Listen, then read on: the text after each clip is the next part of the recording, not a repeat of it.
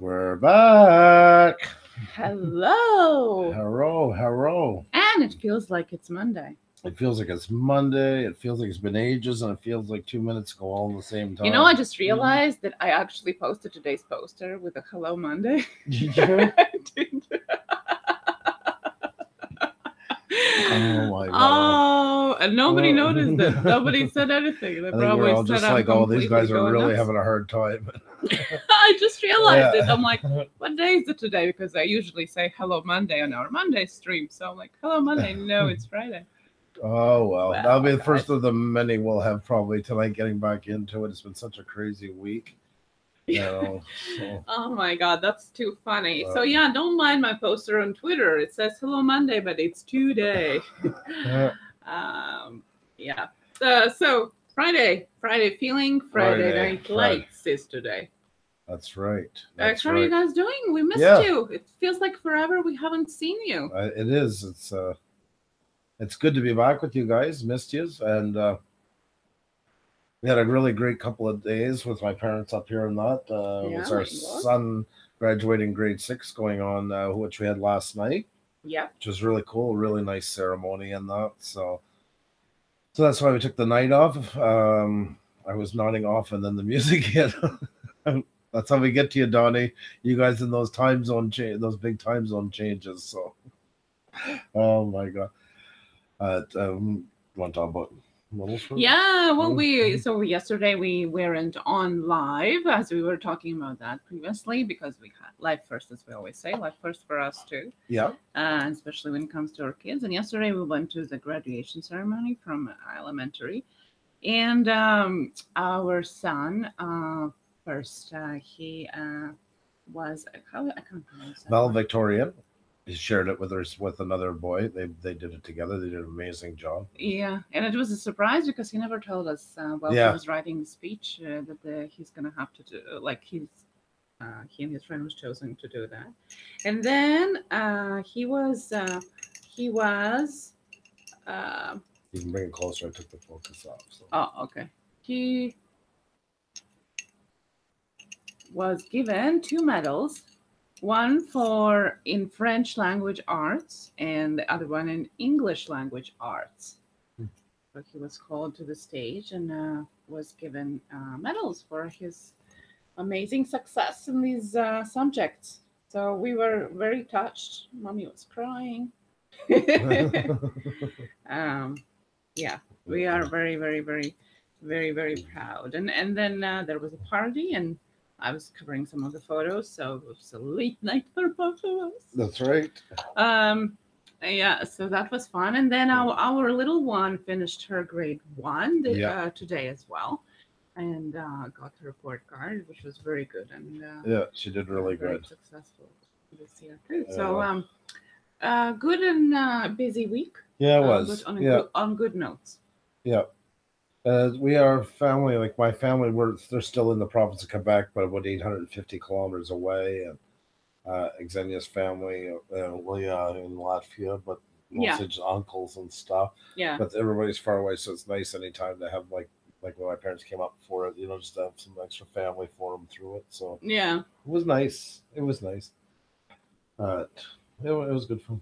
So that's our week, and we are back into kind of schedule. Yeah. Till the end of next week. And tonight we are going to have a great gang of people. You already have noticed that there have been a couple of people noticing our chat. For those of you who have come here or been on a regular basis, these are friends and supporters of our special guest today, Farmall Fanatic is going to be on. He surprised me when I asked him about section. Yes. He has a master's degree in psychology and biology science. There are 2 master's degrees. Yeah, and in the meantime, he's all fanatic Yeah. about all farm and deer and Some great archery videos. and things like that. So it's quite an interesting combination, and I'm very excited to talk with him later on He had today. one 3 years ago, and or was it 1 or 2? And then he just got back into it 5 months ago. His channel's doing like super well, Oh like yeah, crazy, and he really captures that life because a lot of times you see the farming channel stuff like that. It's like those big 4-wheel drive Massey's and everything else. I mean, everything is just so over the top. They're huge, huge farms, and his reminds me more of where I grew up, and that real mid-sized farm. Uh, yeah, no, I kind of get nostalgic looking at his videos and that. Running this whole international, and I just absolutely love. I would give anything to be behind it. He's also got the John Deere, but the international is just something about it. I don't know. Every time I see it, and those things move, man, because they were geared so high. No, it's really cool. 7 months ago, okay, there's Richard Massey Ferguson 550 combine. Yep. I mean, his views are great. are you sharing anything? No, I'm just was looking and talking Oh, to everybody. I'm just wondering No, because I didn't see anything. yeah. Um, Just getting back into the stream of things. It does feel it's amazing. This week was hard because we usually have a bit of time, like take a nap. I got the kids, have to come home. And it was great having my parents here, but we're realizing just how much this live stream does in not creeping your day. Well, yeah, I guess no, we creeping your have day. I think the way to explain it is we have put kind of grew a schedule around it. Yeah. As we were doing it. Yeah. That kind of incorporated in the day and then. Yeah. But I enjoyed it. I mean, summer is here too, so it's Yeah. going to be a little bit different too for us. It's a different type of schedule when kids are at home and Yeah. we are out more and things like that. So summer is very short in Canada, so might as well enjoy those couple of weeks that we have here. I'm not sure if you guys all seen it yet. We made a new video it went out yesterday because we weren't on last night. First time we've ever done a collab with anybody, and first time we've ever used music that was not original, and it was kind of a celebration of everything here. It's not very long. I want to put out the link. Oh, What's that? Oh, you're going to do it. Okay. Well, sorry. There you go. I should have asked you first, but anyways, it's out. It's done. My job's been taken from me. I'm glad you enjoyed it, Panic D. A natural journey. I'm so glad you guys all liked it. It was a lot of fun. It was just nice to do something a little different. It's not very long. If anybody hasn't seen it yet, it's about 2 minutes long. The link is right there. Xenia will post it in another minute or two because she already had everything written up. So yes, definitely. We were so excited. I was so excited for the release of it. It's I didn't too much do with it, so I was excited to get you guys' reaction because I just loved it when Andrew showed me. And I think it's a really great collaboration with other YouTubers as well, with Otero Studios. Yeah. And Doodles by Doug. I think it's also something you got to watch a couple of times to see all the. Yeah, there's a lot of little Easter eggs into it and stuff like that. So it's quite interesting. It was fun. It's hard for me to do collabs because I'm kind of, I don't want to say control freak per se, but I like particular. No, and even though with somebody's work, these guys do. I mean, the work was fantastic. I knew they would do an amazing job, but I like to be in control of my project all the time. So, but I mean, we were definitely in amazing hands. So, and they really did. They went above and beyond. It was so much fun. It was just something to say thank you to everybody and have a little fun with it. And people, over the time we've used that term and it's been used here about how we're kind of a bit like Cheers, where everybody knows your name and everybody feels welcomed and there's no pressure and no groups and all that stuff. So that was kind of a thank you to you guys for helping us make that all come together. So there's a question from Laj that asked, how long does a video like that take from start to finish? That one was pretty long, but I'm really particular and I haven't done it a bit. So in that one I wanted to really shine. So I was going over it more than probably, I don't know, there must have been a good 15, 20 hours. Probably. And what I wanted to say too, like Andrew did all the all the subtitles and the logo, especially from scratch. Like it wasn't anything like any templates or anything like that. It was all made by from scratch. So therefore, it took a little bit longer time, and also because as Andrew said, is more particular. You know, I just wanted to look a certain way. But thank you to you. Oh, sorry, thank you to you who went and researched all the fonts and everything. So you were actually able to get me the font set to work with. I and actually stuff like got that. you the fonts. Well, it's also interesting to think if you really look for stuff, you can find it. And you can could find like the actual history of it being made back then and what font combinations they used to create that look. So we got to know some of the history from creation of the Cheers intro as well. So that was interesting. Yeah. So if you get a chance to check it out, it was a lot of fun. And like I say, it's a very short video. Yeah, and for those of you I've seen who already watched it, some of you even a couple of times, thank you so much. We appreciate that, and thank you for being here. But yeah, I just hope it, and I felt that we squeezed in everybody. It's not that one was better than the other. We tried to squeeze in. We put in more titles than we had planned to, more cards than we planned to. That was actually the biggest job, was going back and adding more and more. Yeah, exactly. It's not, so I hope everybody is enjoying it. Hello, those two who are joining in. We still haven't done our roll call, so Scott's farming. Sorry, hon. Scott's small farming and things. Y'all in Canada? Yeah, we're in Canada. We're based out of Montreal. I grew up in Eastern Quebec, rural area. If you ever get a chance to go back and look at some of our cinematic videos, you'll see a lot of trains and stuff from that area. Some farmland as well, actually. And Xenia grew up in Latvia, in the capital Riga, which is a country above Poland, well, Lithuania, then Latvia. And Puša, the name of our channel, is named after the rural town where Xenia's mom grew up in eastern Latvia, about 40 kilometers from the Russian border. So. So yes, for those of you who are, maybe do the roll call. Yep. For those of you who are new to our channel, as Andrew was saying, we are a wife and a husband team in Montreal, in Canada. And through the day, we do photography and videography for families, events, occasions, and business promo B-roll. Yeah. And in the evenings, we're having fun on our YouTube channel, either through cinematic videos that Andrew's posting and on our live streams, Live with Puša, Tube Stories. Yeah. Instagram or Tube Live. We're here 6 times a week with our lives from Monday to Saturday at 8 p.m. Eastern. With 5 times a week, we have guests, and on Tuesdays, we have Tuesday Tech Talk. And amazing guests and amazing you in a chat, drama-free, relaxing, and hopefully entertaining as well. So let's see who is amazing you in the chat today. I can see a lot of new people as well. So welcome and to our friendly chat. That's right. So hello to Abraxas Paranormal. ATGH Travels, who, by the way, got 1,000 yesterday. So congratulations on 1,000 followers. Benjamin is in, our Mr. Fashion. Camaro Time. Welcome. CJ Brown, 824. Donnie Shasho.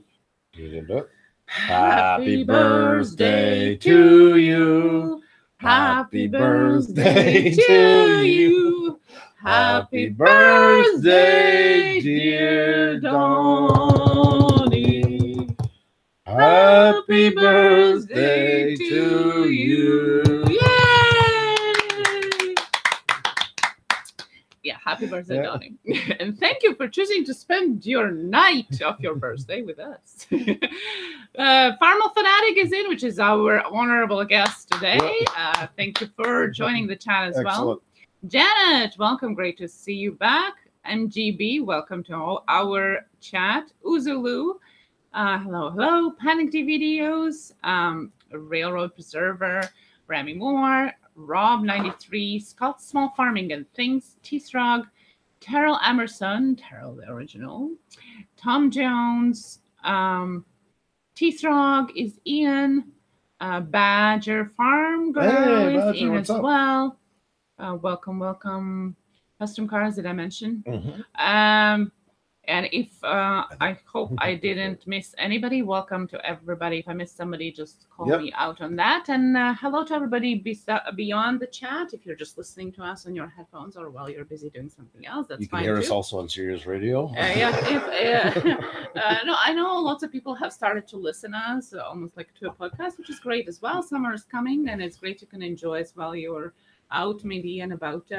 So thank you so much. If you can, drop a line in the chat. Did you see say Thomas hi Schmidt? If you can. No, Thomas Again, Schmidt. welcome, hello. Thomas Schmidt. Good to have you here. Say hi if you can, and if you can't, that's okay too. I always wanted to be on Sirius Radio. I hope that will work out. Maybe someday if this goes really well, we'll have our own channel. That'd be cool. Yeah. I just want to do it so I can say hello. They're all on Sirius Radio. Hello on Sirius Radio. Yeah. I'd have like an old time country music channel and chat. Hello on Sirius Radio. Okay. Now we're really out of practice. We would love for you to smash that like button and smash completely explode that share button if you can. And if you're too lazy to do that, go over to our Twitter profile and share one of our posts about the stream today. We'd appreciate that. The more the merrier. But if you're too lazy to do that too, well, that's okay too. Awful, that's fine. awful thing to go and say to somebody. She's never gonna get a job writing jingles for like car companies or something like that. I think it's catchy. It's catchy, yeah. Yes. And if you're not good enough to drive one of their cars, you can just sit home and do without nice radio commercial. Jeff's wife, welcome. No, you didn't miss anything. We just do a little housekeeping with our updates and videos and links and so on. And Farmall is going to be coming on in just a few minutes of time. So stay tuned. Stay tuned. And who do we have here? We have both of them tonight, Halos and Heathens. Don't be lazy, guys, because that's what I want to drive. I love that. Railroad, and no, it's better off to send it to our Twitter DMs if you can, because or tag us into in your video, because Hangouts really we use only for guests here. We don't really interact in it at all, actually. We never even put it any kind of use except for guests. Yeah, so if you really want us to get to your video, send tag us into Twitter or send us a message on Twitter. That's the best way. Cryptic Cowboys here tonight. How are you? Greetings from Earth. Welcome. How you doing? Yeah, no, we had a couple of nice days with the kids and stuff like that, and like I say, kind of knocked off track a little bit, but in a good way. It was really good. It passes in a blink of an eye. I can't believe our son's going to grade 7. I'm still trying to believe that. Yeah, going to high school. Yeah. It's a big change. My daughter's going to find it hard next year because it'll not be at the same school. She'll be going into grade 2. So we're going to see what the first day at the bus stop is like when Chris is not getting on with her. But change is change, right? It's all got to change. So. Oh, Rob, yes, we always have it, and that's okay. We actually enjoy it. So. Yeah, exactly. Yeah. That's the least of our worries. Yeah. It bothered me the other day when Xenia did her video. That's the only time, because we know this same idiot doing. It's not hard to put together, and Yeah, we're good. We got lots of fantastic people here, and that's what wins. I mean, for one of them, and look at all of the amazing people here in the chat right now. So, Bob Epic, welcome. Back to work. Is it your 20-hour workday today again? Jeez, you're gotta take care of yourself. Yep. But we're so glad you could come in and say hi, though. Yes, we do. Always love having you by when you can. Rob Hoffman, my man, how are you? Yes, that's right. We really don't really fuss about that too much at all. So it's all good. Another man that was in the video? Yes, that's right. Yeah. It was like an alumni, like going back to like a yearbook. Yeah, I guess. Yeah. Never mind. Well, what is up with you guys today? Yeah. Well, we're sending our links promptly soon. Yeah, promptly soon. Yeah. Is there anything that you have updated during yesterday, today, that you would like to share? Anybody close to hitting any marks or anything like that they want to just tell us about quickly before we start? Any kind of new videos, something Jeff's wife, be right back. I'm cooking chicken. Oh, I'd love to have some after. Oh, you're going to be making Beard Lady t-shirts, Donnie. That's interesting. Very cool. Yeah, Jeff's wife is cooking chicken. And Panic, they finally started vacation. Ooh. Excellent. Excellent. Perfect. You have been working overtime. Well, I guess it's a good and a bad thing at the same time. Hopefully you get paid overtime too. Yes. Which would be a good thing. But yes. Most intuitively. Yeah. All right, let's get that link going here. Let's get that link going. Let's get our guest. I don't think so, Camaro time. I haven't heard anything from Caps in the last 2 days. Yeah, I know. I don't know what happened to him. I don't. Kind of wondering. In the last time we were here, he went to look for the eagle that was outside of his window, and we never started. No, I know. Since. And that's what's weird with this. Like, it's not that we're like, oh, you gotta watch your video, you gotta watch your video. We start to wonder because we're all like, spend a lot of time together. And no cell phones or nothing. Just hoping everything's all right with them. Yeah. Probably just spending lots of times outdoors, I would assume. So. It's that time of year. 77,000 views for Railroad. That's great. Excellent. Congratulations. Railroad. Yeah, exactly. Live stream for Abraxas tomorrow. That's great too. Saturday for Panic D and APGH on Sunday. And Down the Rabbit Hole is having her first interview on Sunday. Live interview. Yes, that's right. Yeah. Eagle carried him away. Yeah, well, I hope not. New video dropping tomorrow for APGH Travels. That's great. Broadcast is hiding in your garage, Donnie. Hopefully he's cooking some of that barbecue chicken that he usually does. And if he does, also ask him to make that chocolate cake that he keeps sending to me all the time. There we go.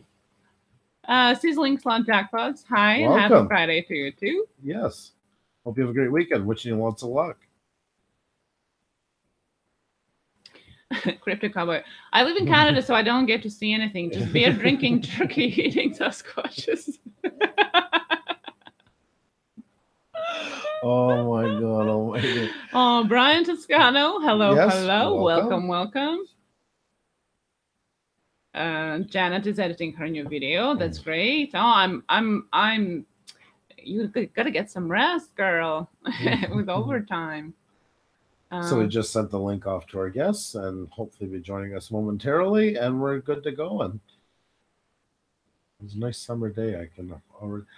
The weather was beautiful last couple of days here. Like, knock on wood that maybe it might continue for another day or two. There was no high humidity, nice and warm in the day, but a good breeze behind it. And that was. Yeah, I hope you enjoyed it, Laj, as well. And Panic D, thank you so much. Yeah, I came home way past your live stream at 8 yesterday. It was, I think, closer to 11. Yeah, and I was in a bed shortly after because it has been a long day on my feet yesterday. No, it was. That it was. Thank you so much for tweeting out both videos, Camaro. Oh, yes. Odd special agent, yeah. How do I do Google on air? You're going to set up your event on YouTube. Paste that question in YouTube, and I'm sure there's going to be video explaining that. Trisha G. Ooh, I like your tarot and spiritual numerologist. Thank you. No problem. I have migraine today, so I can't pronounce half of the things. Welcome. I'm very interested in that. So I'm gonna definitely check out their channel. Wow. Okay. So once again, if you haven't shared it out, we appreciate if you do. If you don't, that's fine as well. And for those of you who are new, while we're waiting for our friend and guest, you can go and check out our latest video. If you enjoyed TV show Cheers, you're going to enjoy this as well. All right, you keep going. I'm just working on the side here. Yep. Donnie Show always argues with Google. Oh, yeah. Oh, you have the machine. I wonder sometimes if I would really like it or not. I would always think that somebody is listening to me. You know? But maybe I'm just paranoid. Ooh. Wild lettuce will help migraine. Where I'm supposed to get wild lettuce? I appreciate if anybody has any tips, including this one. I just don't know where to get wild lettuce. Can I buy it? Or what can I do from the stuff that I do have at home? I have lettuce and cabbage. Can Google and Alexa talk to each other? I thought that Amazon and Apple thingy can talk with each other now. I don't know. I don't know for that one. I can't say yes or no. Yeah, I don't know about Google, but I thought that the one that is made by Amazon, the one by Apple, they talk. It doesn't understand me. I use Google on my phone. Yeah, I gave up. I think it doesn't like accents. So I tried for a bit, and I just... That's so sad. It is sad because it's very discriminatory. So I'm sorry, Donnie, but I'm pretty sure it doesn't like yours either, although it's English. It just doesn't get it. It doesn't understand it. And yeah. He must have to restart his computer, so let's see. That's why. Sweet. We're just talking to him. She'll be right back. So. Oh, the joys of live, people. The joys of live. So. Somebody's wearing a lettuce underwear. Oh, Donnie, sorry. Chat blanked out for a second. Wolfie is growing lettuce in the back. Wow. Is that counts as a wild lettuce? I don't know. Dude, you smoke like me. Well, thanks. Thanks, Scott. Yeah. You can change the language to different English dialects and settings. On the phone one or the Echo one? Because we don't have Echo. I could try again, maybe give it another try, because that was like 2 years ago. Maybe they advanced since then. Jim Apple, hello, great to see you. By the way, did you make that video of summer vacation tag that we tagged you in? We would love to see that if you did. Yeah, both. Oh, okay. Well, might give it another try, but see, Donnie says it still doesn't recognize. So, have you tried head massages for the headaches? Yeah, it does help. My friend, we're doing them a while, like before when I had them. Maybe Andrew's gonna do one after. Yep, yeah, that's right. Yeah. Well, maybe after the show, that'll help. I hope so. Well, guys, I think they're just restarting because we're on, and so in the meantime, we're going to keep an eye onto it. We played a game the other night. Let's just play one more little mini one while we wait here. I'm going to call out 2 letters. Whoever types the 2 letters first will show your channel on here. Since we got everybody up, you got a good audience. Let's feature a couple of channels. So you guys all ready? We're going to do letters because it's easier for anybody on the phone. And then as soon as our guests join in, we're going to go back to our interview. Whoever's first is going to be highlighted. Yep. So are you ready? Here we go, guys. The letters, I should say, is KW. First one's to type KW. We'll feature your channel on here for everybody to see. KW. KW, just like Kite bingo. Wool. There you go. Kite Wool. Bottle Caps is here. Hi, great to see you, Bottle Caps. How you doing? All righty. We're just doing a few minutes till we have our guests back. So Let's do this. I hope everything is okay. So Panic DVD shows up for us as the first one, typed KW. And by the way, this is a little throwback to our Tuesday. Yes. Where we had highlights and features of the channels. Panic D, anybody who's enjoying it, guys, they're getting really close to 1,000. So if anybody hasn't checked them out yet, not your usual haunted, scary stuff. They really go into it. A lot of history about the buildings and stuff that they have, that they visit, history about the town. He's a believer. She wants to believe, husband and wife team. She's a biologist. He also works in the IT, right? For the school board. That's right. And yeah, they've been working a lot on their channels. Look at that! Look what they're doing with their thumbnails. I really enjoyed the third one when I seen it in our messages on YouTube. I saw it. Oh my God, that's so neat. I didn't message anything as I had a headache at the moment, but I thought it was really great. You guys are knocking it off. Like the latest thumbnails are perfect. The healing, I like that one. I like the color change between. All right, I think we got Pay Dirt. Hey, how are you? Pay Dirt. Oh, the thing was so stupid. I had to scroll down and click, okay, I understand all your rules and policies, and then go, proceed. I was like, whatever. Gotta love red tape, right? What's that? You gotta love the red tape that comes with all these programs. Oh, yeah. Wouldn't want to get sued for $1. How are you tonight? I'm at home. Yeah. How's everything with you tonight? As good as it can get. I can't believe how fast the time went. You asked me, what, 2 weeks ago? Yeah. If I could go live, and it was like, when? You're like, oh, the 22nd. I'm like, yeah, that'll never get here. It's here. It's here. It's here. It's happening as we speak. I've watched a couple of your streams, and I know that you've had people do some funky stuff with the stream itself. Now you're looking at me through my phone, and I'm looking at you through my phone. Yeah. Can I pull you up on a computer and nothing funky happen? You might have to disconnect from the phone and then bring us up that way, and then go through your computer. Why? Because they'll show me signed on in two different I wonder if devices. You can sign on from the same account, two different places, and then cancel the other one. I think so. Well, we can try. Yeah, you can try it. We've never done that before, but in order to switch through that computer, you got to click on the link from that computer. So therefore, we're always up for something new. This is how we learn as well. It's the only way to find out. So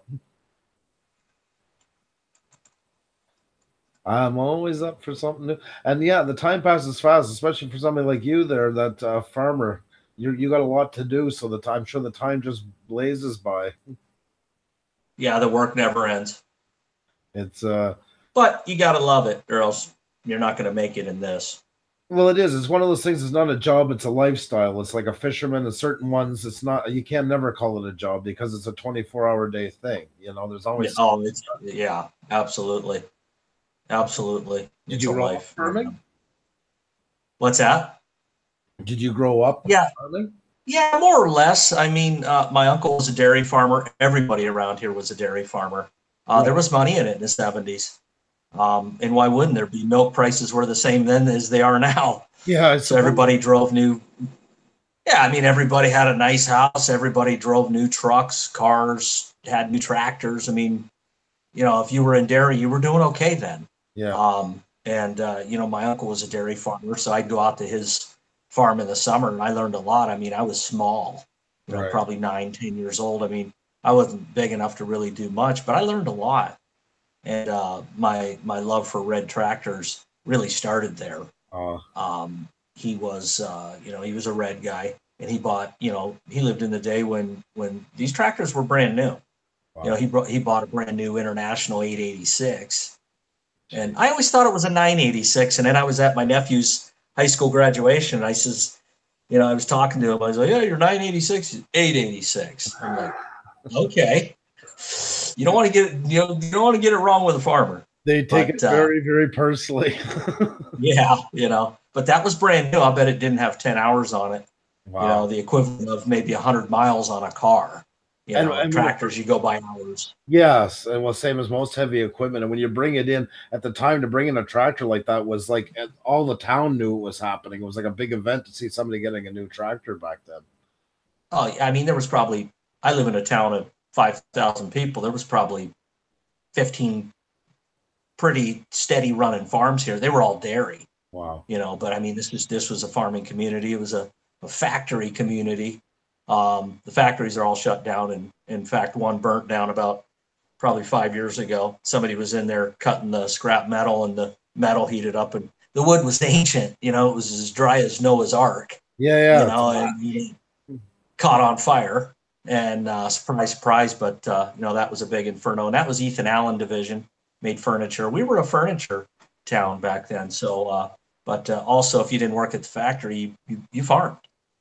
You know, so you know, when I graduated, right? What'd you say? You're out of Philadelphia. You're out of Pennsylvania. Excuse me. You more Erie, the other side. Erie, so it'd be like, yeah, it'd be like up by Lake Erie. Right. Great Lakes region. Nice. You know, I'm probably. Yeah, I mean, I'm probably 20 minutes from New York and probably 45 minutes from Ohio. Right. So, you know, we call it the tri-state region, you know. But, you know, everybody farmed back then. And when I graduated from high school, what you did was you went to work for a factory, which there were plenty of them. You went to college or you went to the military. Yeah. You know, now it's you go to college or you go to the military. I don't know what else you do. Yeah. I mean, at least in this area. Now other areas don't apply. I get it, but economically here, it's not there. You know. Yeah. No, I get you. I grew up in eastern Quebec, rural area, the farther eastern side where the lake, where St. Lawrence Seaway comes in, going towards Lake Ontario. And your upbringing is a lot like mine. Like, we didn't have a farm personally, but like I lived in the rural area. It was a town of 280 people. Like, one side of the river was a Catholic French, more or less, and then on the other side of the river was more the Protestant English. You know, years ago when that was more divided, and we had a town beside us of about 3,500 people. That was a pulp and paper mill town. So a lot of the farmers, like, they had a job usually a lot of times either just farming or they worked at the pulp and paper and then ran the farm, and the kids were running it while they had the job. But a lot of those are gone. You know, it's I don't want to bring it up, but I mean, I hate to be a stater of the obvious, but you must have some real winters up there in terms of like length of winter.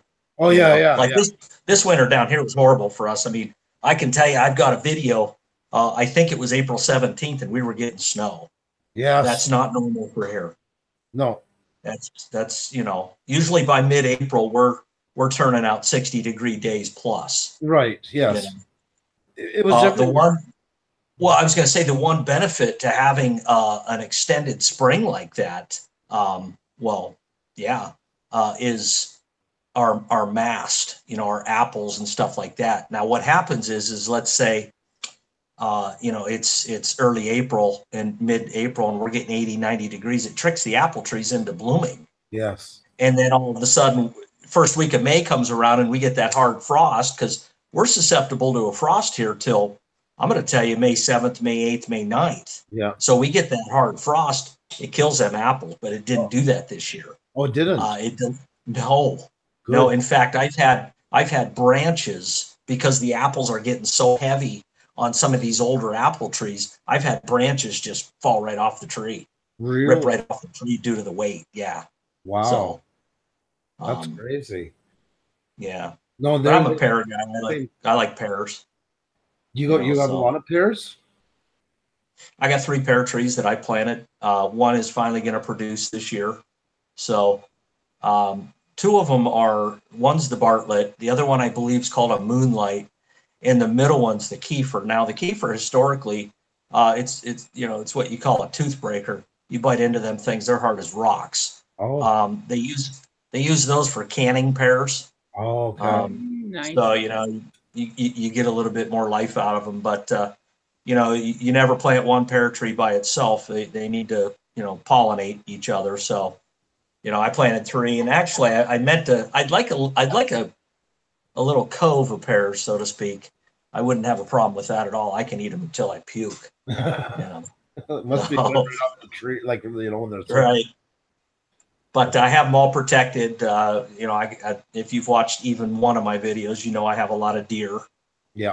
And the bucks come about that first week of September. They start to, that velvet starts to come off their antlers, and any tree that's as big around as your arm or smaller, they're rubbing and tearing up. You know, that's why, like, around my farm, you'll see a lot of sumacs standing there. Guys are like, man, you need to cut all them down. No, it gives the bucks a place to rub, so they're not rubbing on the good trees. 100%. So, it's like a scratching post for a cat. It works the same way for bucks. They need somewhere to do it, so give them something. You know? Yeah, no doubt. I'm an avid archery hunter. I got out of the military in 2010, and I don't know. You know, I was just like, I'd like to try archery, and I wasn't even sure if I wanted to hunt. I just wanted to shoot a target, you know, and so I got on eBay. I bought a $125 bow. It was basically, I mean, to a real archery guy, or even to me now, is junk, you know. But still, you pulled the string back and you let it go, and I was like, wow, you know. And in that later on that same year, you get 2 tags here. You get a buck tag and a doe tag, and I filled both tags, and it was a thrill. I don't think I'd ever shoot a deer with a gun again. Not after that. It's just so much fun, and it's just a different sport in and of itself, archery, you know. What is it so different from somebody who hunts with a gun and since you switched? What is that click that makes it work for you better? Well, the first thing that comes to mind when you're talking about a gun or an arrow is distance. You know, I have to get that deer in, you know, really, I like them at 20 yards. Wow. But if you've ever seen a deer's head, 2/3 of it is their nose. Yeah. So their olfactory system is stellar to the point where they make their entire living off their nose. Yeah. They can smell you at 200-300 yards away, but it'll be a faint smell. So a guy with a gun can take that pot shot at 200-300 yards. Where a guy like me, I have to, you know, about 2 weeks before the season, I change my diet. I cut out coffee. I cut out a lot of things. I'm all drinking, you know, straight water. I'm using scent control. I strip it down to nothing. I'm spraying myself. All my clothes are controlled for as far as scent. They can't smell me. So a rifle guy can go out and, you know, he maybe can you know, get up that morning and go jump in a shower and wash with regular soap and stuff and pull that orange coat out of the closet that's hung there for 20 years and he hasn't done anything with it, and go stand by his favorite tree and shoot a deer at 300 yards, because he doesn't have to do all the little things that an archery hunter has to do. Yeah, it's a real exacting sport. And I can tell you, there's an old saying in fishing, and it applies a lot to archery, in that you know, 90% of the deer are shot by 10% of the archery hunters, and that's because you know, they're doing it right. You can't just take a bow, get in a tree, and call it even. You got to watch the wind. You know, temperature trumps all as far as getting the deer to move, but barometric pressure is something that over the last couple of years I've slowly progressed into and found through listening to other people and observing myself, in that it makes a difference when the deer move. High pressure gets them on their feet. It just does. See, I haven't had it in a couple of years, and I just inherited a place, and he's got a brand new compound bow. And I'm looking at that thing in the case. We're going down in a couple of weeks. I inherited where I grew up in East rural back. And I'm thinking, as I got some buddies who got into it, and like they said, that once they went bow hunting, it was a completely different experience, and they wouldn't trade it for anything. See, here we're different, is that you get a deer, you get a tag, but you have to go in a draw for a doe. Only so many are given out, but you can get your buck automatically. Yeah, that's the way it is here too. But if you send in for it, you know, with it, like let's say they start taking July 9th this year. Maybe that's a Monday. I think that may be the exact date. You send it in Sunday night. By Monday afternoon, they've got it up in the Erie courthouse, and they're giving out 37,000 of them. If you're going to get a doe tag, you know, the odds of it. But you see, if you get a doe tag, you can't go for the buck. it opens you up to the doe, but then you can only get one a year. So you go in for a draw. If you win for the doe, you can take down anything. But when you take it down, no matter what it is, you can't go for another. You only get one deer.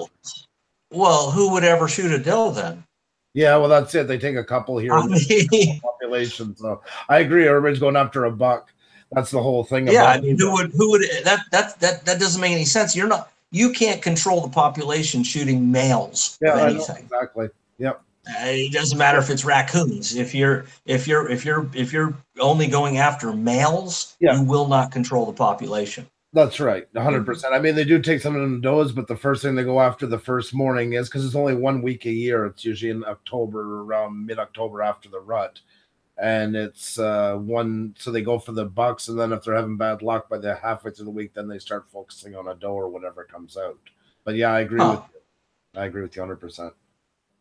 Well, Canada, it has a reputation down here in the States that it's just like, and it is the mecca for fishing. There's no doubt about that. I mean, the fishing you guys have up there is just amazing. I think there's lakes up there that probably haven't even been touched. Yeah, so especially the Midwest. But also there's a reputation that the hunting's the same up there. I guess it would be. If they're only letting you get one deer a year, I guess the hunting would be like that. Yeah, but my thing is they got to pick up. I was going to say, don't you have wolves and stuff up there? No, that's the thing. They were trying to reintroduce them out west and stuff because they were gone completely. We're starting to get, but now because they're not letting enough people take down enough deer, the coyotes are starting to come back in this side. That's becoming an issue again.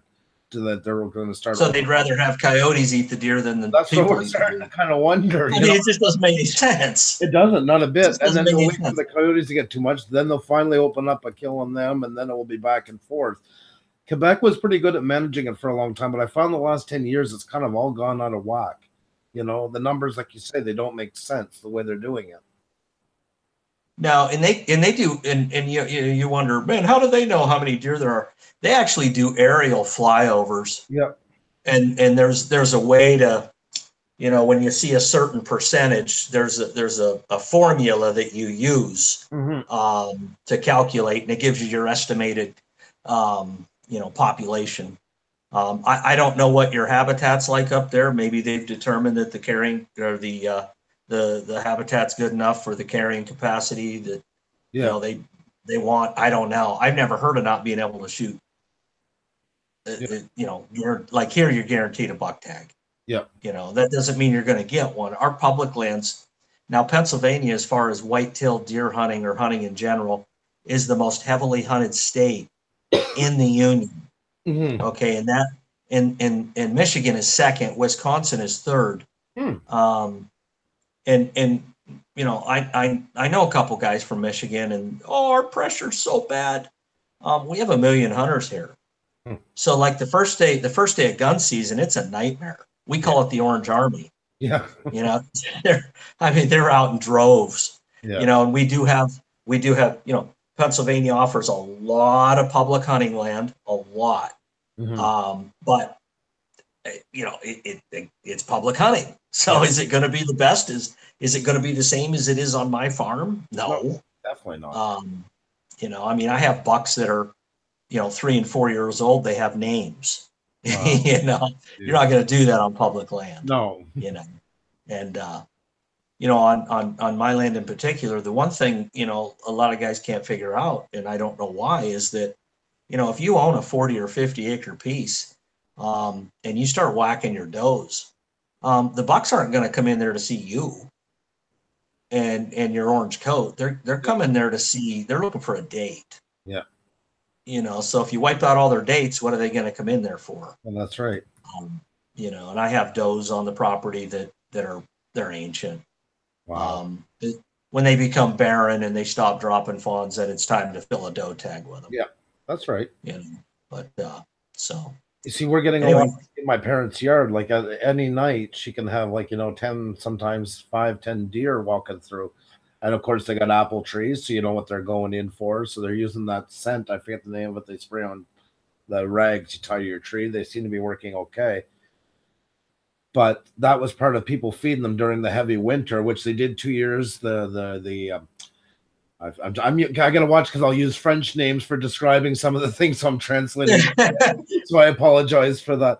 Play. The wildlife enforcement. I can't even speak in English anymore. And they'll come, like they were asking us to put out hay and stuff because it was such bad winters and we're dropping off. But then people keep feeding them and feeding them and feeding them. Then the deer get more and more used to it. Then they're coming all to the yards and they're getting hit by cars. And everybody's saying, oh, there's too many deers. Well, that's half the problem right there.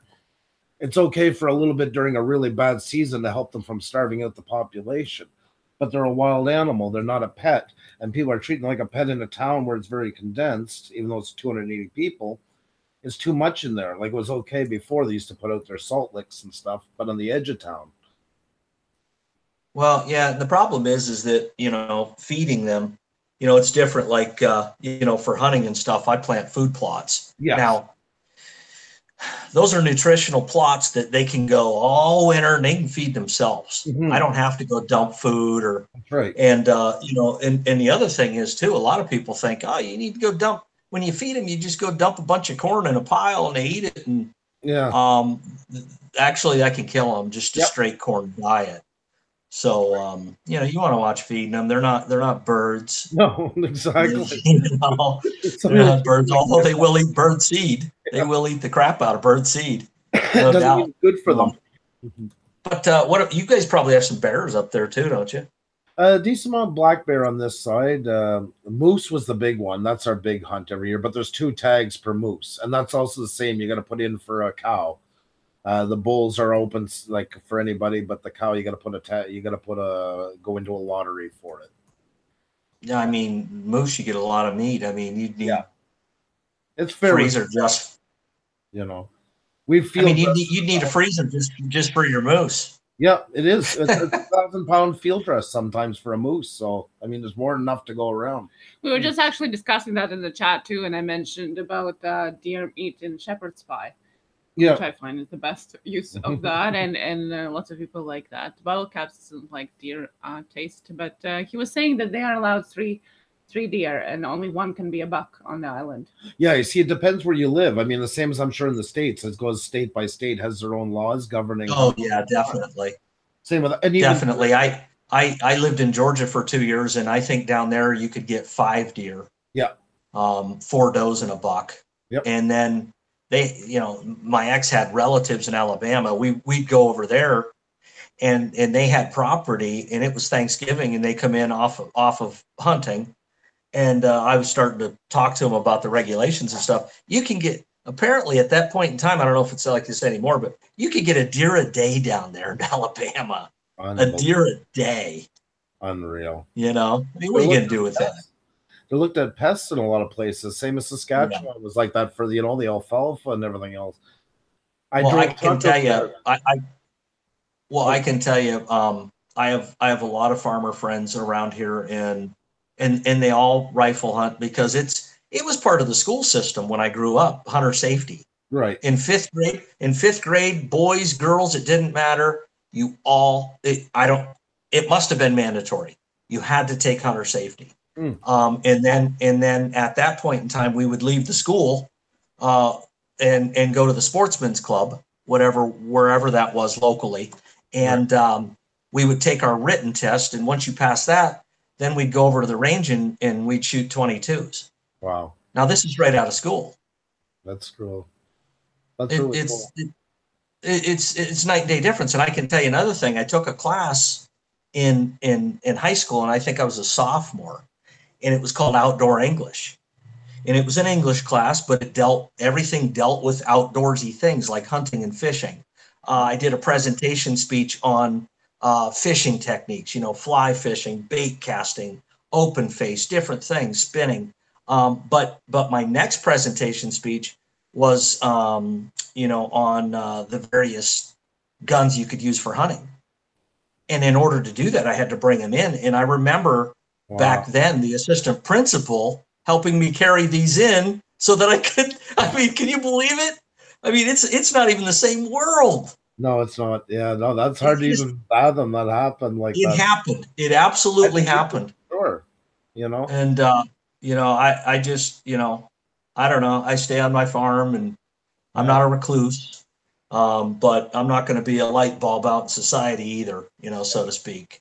With the things that are going on, it's just, it's not the world I grew up in. That's for sure. Definitely not. No, and I think of my father and them growing up, you know, how they used to trout, like snare rabbits in the morning on their way to school, you know, leave their 22 in the corner, you know, they have the rabbit like a place, you know, they can hang them up and then bring it home. You know, it's true. It's changed, you know. I mean, it's just crazy. Yeah. I mean, it was just everybody trusted everybody. And, and if somebody said something, it was true. And, you know, now you don't know what you get, you know, you just don't. So it's either way, but I'm one of the, but I was going to say, you know, I got a lot of friends that are farmers and, you know, I mean, we're farmers. We, you know, some of them are still into dairy. The rest of us, you know, we kind of make a living off crops. Well, we know deer like crops. Okay. But in one of my videos, I talk about, you know, you can't beat them, join them, you know, and there's things you can do with your land. You can lease it.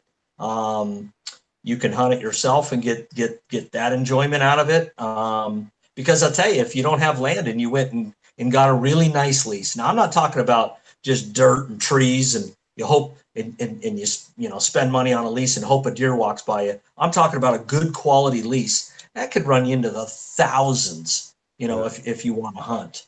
But you know, so, but they look at them as pests, but they all hunt and, you know, they're all rifle guys and they're not looking to be cute about it. You know, they're looking for a big buck, but they're looking to lay down some, they don't know what they want. No, but, you know, I don't know. We're all into different things, man. That's just the way it is. You know? That's like Newfoundland. Newfoundland originally never had any moose onto it. And they introduced four sets and two of them tried to swim back to mainland. And out of the ones that were stayed behind, I mean, now they have the world's largest moose population. Like I had an uncle go hunting there, and they got out, and 20 minutes later they were already seeing moose. And my uncle was all excited. He's like, "No, wait, we'll get a big one. Just stay in the truck." And they were just like all day, just moose, because it's the perfect territory. Well, I was always told if you're seeing moose, you're probably seeing bears too. Yes, that's right. They're always kind of hand in hand, so they like the same kind of territory in that, and especially. But a moose is a big. You don't realize how big a moose is till it comes walking in your area. They're a big. Well, you tell me 1,000 pounds. You tell me 1,000 pounds of field dress meat. Yeah, that's pretty serious. Yeah. Well, look what I can do to a transport. You know, that's the problem when people hit them with cars because they're so high in the legs. They hit them, and the windshield and everything hits the body, and it doesn't set off the airbags because it never makes an impact with the bumper. That's why they're so dangerous. Yeah. You guys get a lot of moose and stuff hit up there? Oh, yeah. Wow. We see them a lot of times when we're driving home, and not here in Montreal area or the surrounding. It's mostly all deer. But once we get about 4 hours out of here, then we start getting them. Yeah, like when we go through the night, I usually like when Andrew drives, I stay up and watch for moose because it comes out, so you got to watch it. It doesn't come on the highway through the night. So. We go through New Brunswick, which borders Maine. We're literally right on the border for a while, and then head north again. So all along that road, all the way up, is just pure moose country. Now, did you grow up speaking French? No, I spoke English, but a very French town. I went to French school for a little while, and then was back into the English side. But now today, most kids in the English system, they get immersion, so they start learning French from day one. Okay, I have ancestors that come over from Alsace, and I guess they spoke French. Oh, really? But when they got here, apparently there was, you know, if you were a foreigner in those days, you were highly persecuted. So they didn't teach the kids. They you know, wouldn't allow the kids to speak it. Yeah. You know, they wanted, you know, assimilation basically. Yeah. Discouraged at all points. Yeah. Well, there was a lot of that went on here. Like there was like I've met people with their last name O'Donnell because a lot of a lot of Irish kids were adopted here after the famine and raised by French families, and they kept their original last name. I've met O'Donnells that can't speak a word of English, like can't even say hello, which is kind of strange, you know. Wow. I guess they aren't going to root for Conor McGregor in UFC. Exactly. You know, you see Mike O'Donnell, you think, oh, this guy, hi, how are you? Huh? You know, he's lost. Like, and I'm like, you're kidding me, right? And no, he doesn't speak in English. So. Yeah. Well, the farm that I'm living on actually was, I know some things about him, but he built the house in 1851, and his name was Edward O'Malley. Really? And I believe he came over because of the potato blight. Right. You know, they left there and come over. And I actually have some friends on YouTube that are from Ireland and stuff, and That's cool. but yeah, they survived it apparently. How long have you been living at the house? Me, Yeah. since 2010. I got out of the Army in 2010. So you purchased it right that's after you came out. yeah. And what has it been like? Has it been everything you were hoping it would be? Well, we're all getting older. Yeah. and farming's not, it's not see, there's two types of jobs in this world. There's neck up jobs and there's neck down jobs. Farming's both. Okay. You have to be a master of everything. John Stevens, I've been watching his channel. He's a small channel, like 200 and some subscribers, but he's a farmer, and he ran this one. It was like, well, today's business day, and I'm thinking, yep, you got to be a plumber or an electrician and an accountant. Not an accountant, a CPA. You got to be all these things. So you got to be neck up and neck down to farm. The neck down part, you kind of need to keep yourself in a little bit of shape. Yeah.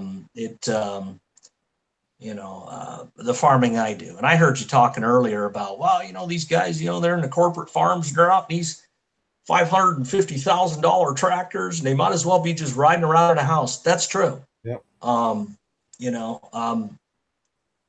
like the physical aspect of it. The thing is I'm noticing is that the older I get, the more it hurts. Definitely. Yeah. Your elbows, your hands, you get up in the morning and you're like, what's this? Yeah.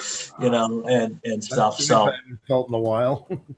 yeah, but you just work through it, and I'll die on a tractor one day. I'm sure of it. Be combining out in the field, and just that'd be my way to go, as long as nobody else gets hurt. Yeah. So it is a lie. I mean, and like traveling, like we said, I don't know if you heard before, we were saying in the earlier part of the show, Puša is the name of the town where Xenia's mom grew up, and that's a farming community in Latvia, just close to the Russian border.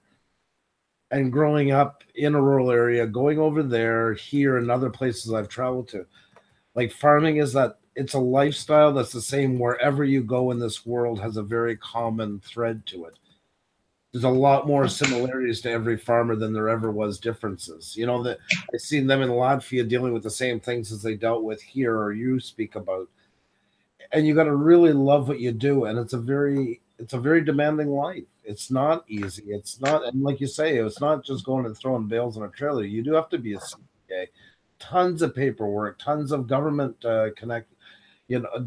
tons of government bodies to deal with and everything. It's not easy. Scott's Small Farming and Things says master of all trades and a master of none. I know the feeling. Well, I say a master of all trades. Yeah. You can't. You can't.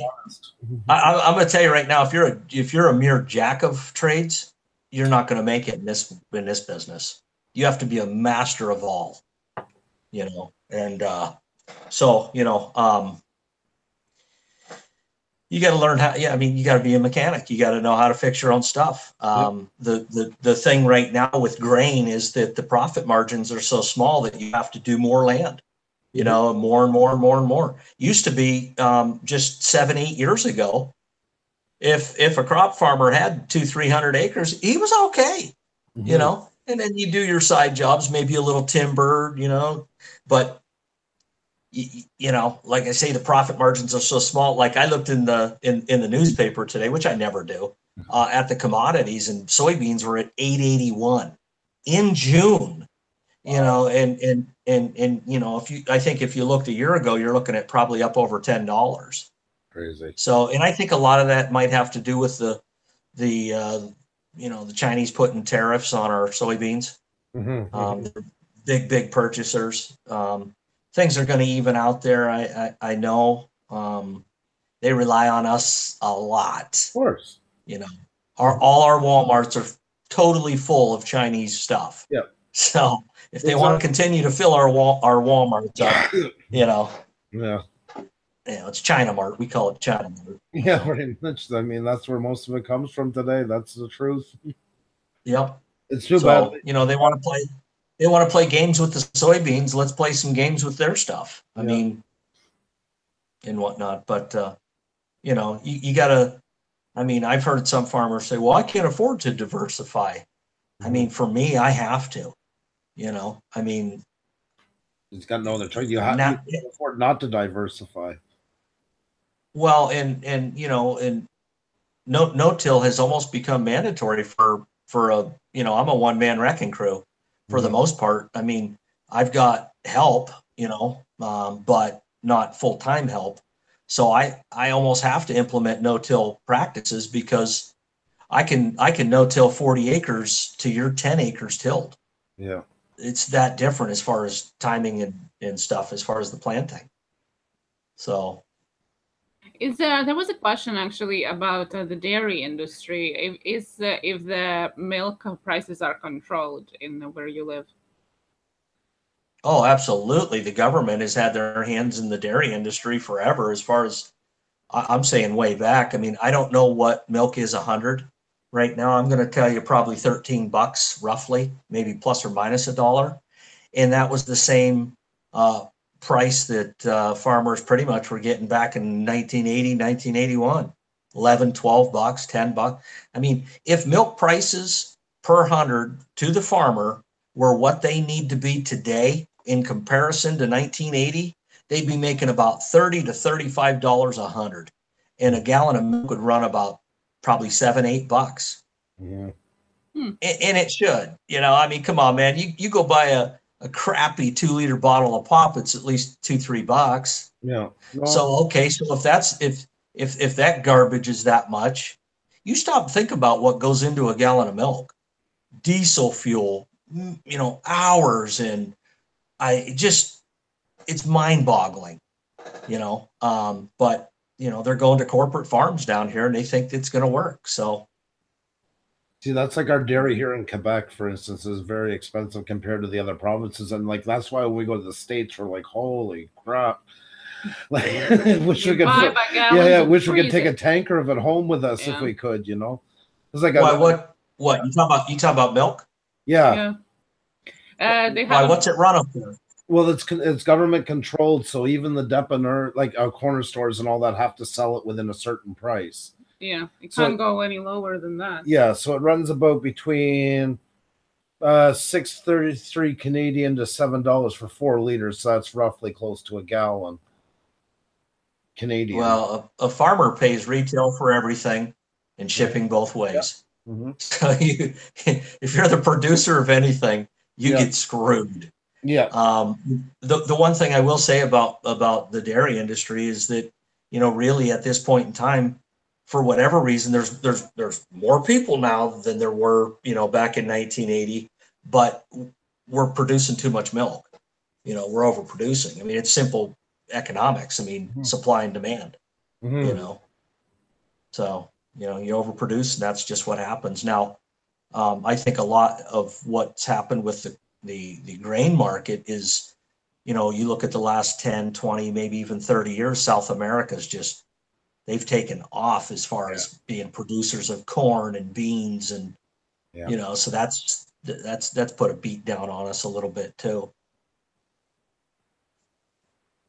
Yeah, definitely.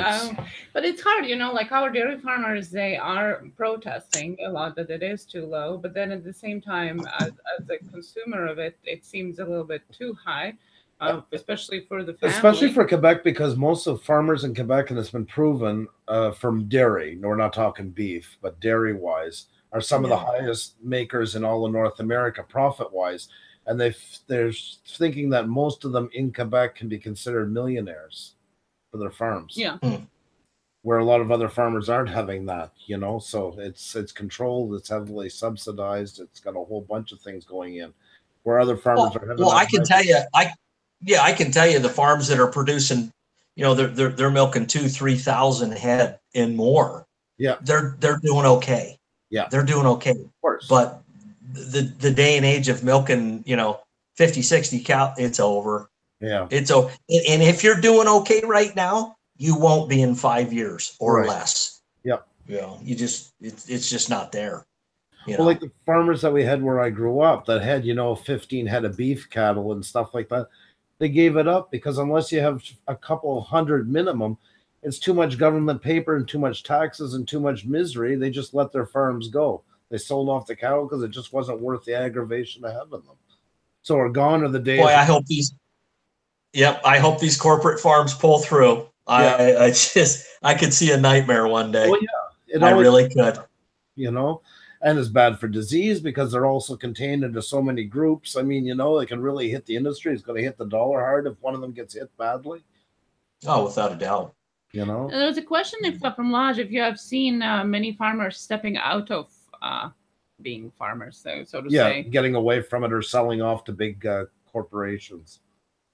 Well, like around here, what's making it's like, what's going on is so these smaller dairy farms are going out. All right. Yeah. 42 farms or something like that just recently lost their contract with Dean Foods. Okay, great. They're going out. Guess what they're going into?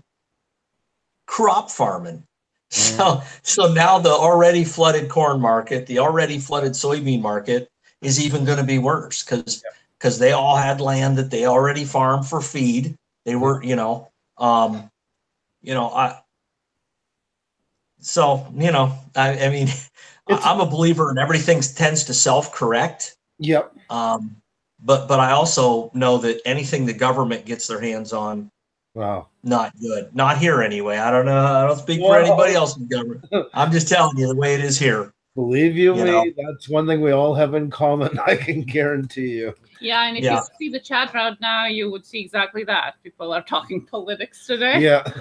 So that's around the same atmosphere. And politics fall into, farming, because farming is the lifeblood of how we all survive. It ties directly into our economy. There's no way around it. It's not something that you might get off and on. It does affect. And I can tell you, if you're counting on another country to feed you, you're already in trouble. Yep, that's right. Because if something drastic ever went down or happened, it's over, man. Yep, it's over. I saw one study. They said that it'd take about 2 weeks for cannibalism to begin. Yeah, well, you gotta live, You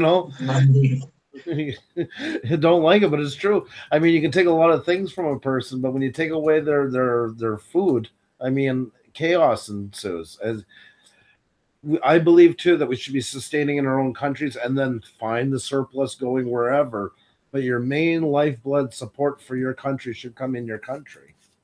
Yep, absolutely. If you can't, Maslow's hierarchy of needs, the pyramid, the bottom of it is food, clothing, shelter. Yeah. If you ain't got food, you're done. Yeah, that's right. That's 100%. Like I don't know if you maybe heard one of our streams, because we used to travel a lot to Iceland. And people think Iceland, everything's boated in, it's a cold country, blah, blah, blah. But it's not. They've actually come up with a system because everything's heated geothermally there. So they have these hot water pools, and all the lines run into town, feeding them with their drinking water and all that. This water is super hot that they also heat all the buildings. But as that water travels along these roads, there's greenhouses all over the country. And all the greenhouses are naturally heated with this geothermal water, and it doesn't cost them anything to heat it. And they're growing all their own food. There's very little that's boated into Iceland. They're completely self-sustainable even in that area. They grow their own bananas. They grow their own strawberries, grow their own tomatoes. They grow their own lettuce. And that just shows you how, what's that? Everything. Everything. So they're actually very sustainable there. And that's how important it is to, even in those areas, to make sure you can keep your own country afloat. When I was in the Air Force, I had a chance to, when you're in the military, they have what's called TDY, temporary duty assignment. And I had a chance to go to Iceland for 2 weeks, and it was either I go to Iceland for 2 weeks or I go to Korea for 2 weeks, and I picked Korea. I wish I'd have went to Iceland. Oh, well, it was never too late. But Korea must have been cool. It's too late, man. Hey, let me convince you, it's too late.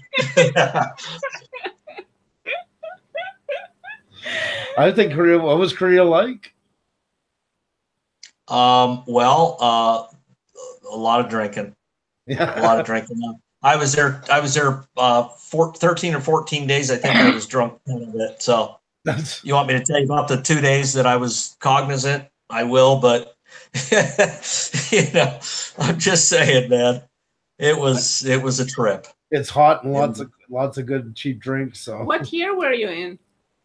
What year was I there? Yeah. That was 1989. Oh. Wow. Yeah, I was 18 years old. Wow. Wow. Yes, that must have been a difference even from nowadays there now. Wow. Oh, I was completely culture shocked just joining the military at 18. I mean, I knew nothing about nothing. Wow. I knew nothing about everything. Yeah, so, but it was good. It got me out of town, and I pretty much traveled the world for 4 years on that stint. That was my first enlistment. I was dumb enough to do 2 more, but that was I was in England for 2 years. I was stationed at RAF Upper Hayford, and that was a nice assignment. I was in London all the time, and Oxford, and What drew you to the Army at first? Like, what was your initial reason to go in? Well, I didn't have one, but so my brother was working with recruiting. Okay. And he kept telling me, he was like, oh, he says, your prior service. He said, we have this program. You can come in and try it out for 1 year. And immediately I was like, no, at that point in time, I'd been out 5 years, 6 years. And finally one day I was like, you know what? It is only 1 year. I can try it out. And, went in did that year, and then it went well. I was surprised. It was a job that they paid you to stay in shape. So I was like, okay, I mean, I knew if I got out, I wasn't going to stay in shape on my own, left to my own accord. And that's why, in the Army, everybody's like, oh man, PT sucks and stuff. But here's the deal. Left to your own accord, 9 out of 10 guys, they ain't doing it on their own. Yeah. They're not. They're not. It's like, oh, I'll run tomorrow. Tomorrow never comes. Yeah. It doesn't. So no, it don't. So, push-ups, sit-ups, running. Beer and cake keeps coming, so. Yeah, it sure does. But no, that was, those were the good old days. I asked this a little bit late into it, but I got to ask you. It's my favorite question to ask anybody. I want to go back to where you feel comfortable. It could be elementary, it could be toddler, it could be high school, wherever you feel like starting. And just kind of give us a little bit about your life, what you feel like sharing, just kind of a bit of you growing up and what got you to where you are today. Well, I think I covered some of it in the sense that I told you I grew up in a small town. In high school, I was a 4-sport athlete. I played football, then I wrestled. Then in the spring, we ran track. Then in the summer, baseball. And yes, we had video games then too. Yes. But I mean, it was just, you took pride in playing those sports and being good at something that not this, sitting there with your thumbs and, oh, wow, that was cool, man. Not really. It wasn't real, we lived in a very real world. And, then I got out and, like I said, the big 3. Back then, you worked at a factory, went to college, or went in the military. And I wasn't ready I wasn't going to work at a factory. I pretty much at that point in time hated school. I was a horrible high school student. I think they give me a high school diploma just to get me out of the building. Sounds familiar. So I went and took the test to join the Air Force. And, she says, well, how did you do in school? I says, well, let's just say I was an underachiever. And she says, well, we'll find out when you take the test. And she come back with my scores and she's like, you sure you did bad in school? I'm like, oh yeah, I can prove it. and so I went in the Air Force, got out of town, blah, blah, blah. And then my 4 years was up and I had to make a decision. I saw some of these guys that did 20, 22, 24. And man, they look tired and they look worn out. Yeah. And I thought, I'm not sure I want to be them. I ended up being one of them, but later on. At that point in time, I wasn't ready at 22. And the cool thing is, I had a ton of college benefits. you know, so it was like, now here I am. I was a horrible high school student. I went in the Air Force. They sent me to school. I had to learn how to be a student. I know it sounds ridiculous to hear that, but I really did. I had to learn how to like highlight and study and have 3x5 index cards and have somebody quiz me. And I had to learn how to do all that. So the Air Force taught me how to be a student. But then I got out, had the college benefits. I was like, oh, well, here I am again. Military, factory. I already did the military. I'm going to college, you know? So I was like, okay, here goes nothing. I never thought, you know, I would make it through college, but it was something to do at the time. And it was, for the most part, it was paid for. So why not do it? Right. And, but it turns out I went to school and you know, they said, you know, I remember in my first class in college and I thought, you know, here's a book in front of me. If I learn everything in this book, there's no way I can fail this class, you know? And I became a speed reader. I became pretty much a learned individual to where I was really, really able to, I don't know, it's motivation. You know, I think teachers get a lot of blame for a lot of things. And the one thing you can't coach or teach is motivation. That's right. And in high school, I just wasn't motivated to be there. I couldn't figure out how what they were telling me was going to apply in the outside world. Right. So I went to college and it was like, okay, I see how this is going to apply. It made more sense to me. So I was motivated. Yeah, it clicked. And I was more mature. You know, but now this time I'm 22, 23. So I'm more mature. And again, the Air Force taught me how to be a student. So I was acing all my classes. I mean, I had a little trouble the first semester. I got like a 3.1, but I ended up with my bachelor's. I ended up with a 3.76. Wow! Graduated, you know, and it was, I don't know, you know, I mean, the one thing I've learned too, at least not necessarily with my farming friends, but it's not uncommon to change careers as many as 5 times in your lifetime, especially this day and age. Yeah, you know, and that goes hand in hand. While I was in college, you know, somebody was like, you know, they were 18, they're going right to college. It's like, oh, I'm going to be an electrical engineer. And by the time they graduate, they're a registered nurse. Yeah, exactly. It can vary that much. You know what I'm saying? So it's like, I mean, you're talking the average person changes their major 3 to 5 times in a university setting.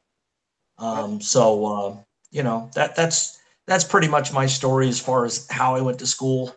I know the average degree is going to run you probably $1 or $1.25 now. I mean, college is almost unaffordable. I mean, you got to sell the farm to go. Yeah.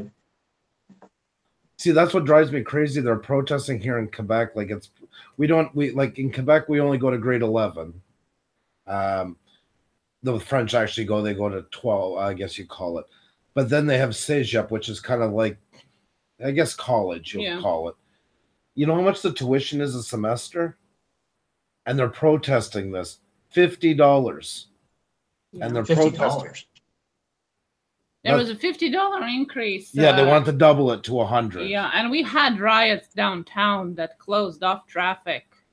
You know, weeks and weeks. It actually cost that government the place back then, a couple of years ago. Cost them more than well, then my question is, what do your professors make? Because here, you know, I went to, you know, a university that had 10,000 students, 8 to 10,000 students. And those professors back then even were making probably, you know, you're not assistant professors, not associate professor. I'm talking full-fledged. They're probably making $120. Yep. I wouldn't say it's that around much. 115, 120,000 a year for a professor. So who's paying? So if a student's paying $100 to go there, 50, who's paying the rest of the tab? You know who's paying it. You know. Yeah, you. That's right. And that's why they don't require education for it. That's why you get a lot of career students, because they just go and university. McGill, I don't know if you've ever heard of McGill University, but it isn't like it's an equivalent to most of the Ivy League schools in the United States. Very well respected, worldwide renowned. The tuition there for a lot of them was $1,700 a semester. And that's where you do. I mean, it's almost it'd almost be worth moving to Canada just to get your degree and then moving back to the States. Lots of people do actually that. Lots of people come, especially from States, actually come here to study. I mean, they pay way more than that. It's up in the high town, but still less than what, you know, it would cost to go to Brown or Princeton or one of them. Yeah. And they get the, you know, the equivalent, we'll say, because it is a highly respected school. Mm-hmm. Now, once you go into Ontario, that price goes right to the roof. Like, there's no comparisons between them. Quebec's more of kind of a socialist province. That's the whole reason why. But in the end, somebody's got to pay for it. And it's good to keep it a decent price. I mean, I don't want it where people have to go bankrupt to do it, but you also don't want it to the point it's so cheap that nobody respects the education they're getting. You know, there's a fine line. I guess everything's relative in life, man. Yeah, you know, so people are getting mad. We're losing doctors because of the French language here. You have to, if you're English, you have to write a huge English test to be a French test to be able to do a lot of these jobs, like nursing, doctor, lawyer, notary, all these ones.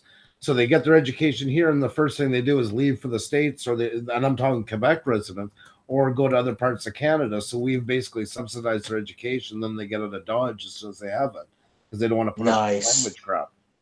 Yeah, and they go and make way more money there. Yeah, we call that the brain drain.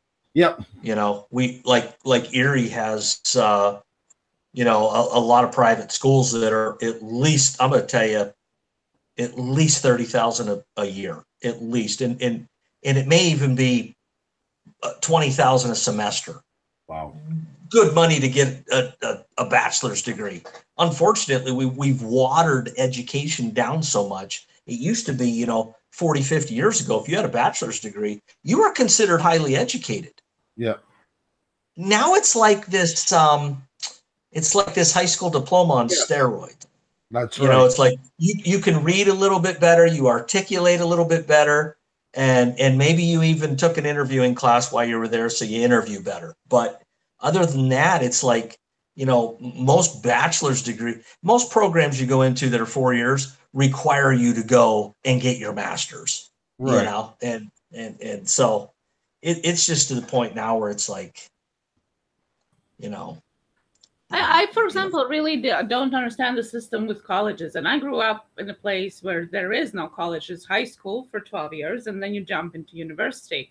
And for me, like every time I try to look at it from different points of view, like why there is such thing as college, it seems to be that a complete cash grab because, yes, it adapts maybe better for somebody jumping into university and blah, blah, blah. But really, you are doing nothing really for 2 years. You're paying a huge amount of money, as you're saying, in States, and yet you still don't have a degree. Like, what is the point of it?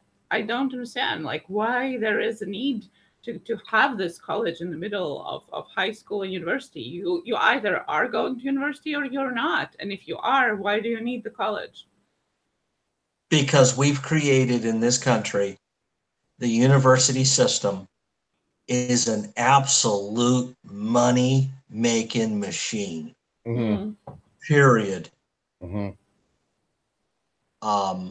You know, the competition for recruiting into these schools is, I mean, you go to a college fair and, you know, you'll have an auditorium and it's elbow to elbow with tables and schools and recruiters. And I mean, they're hustling.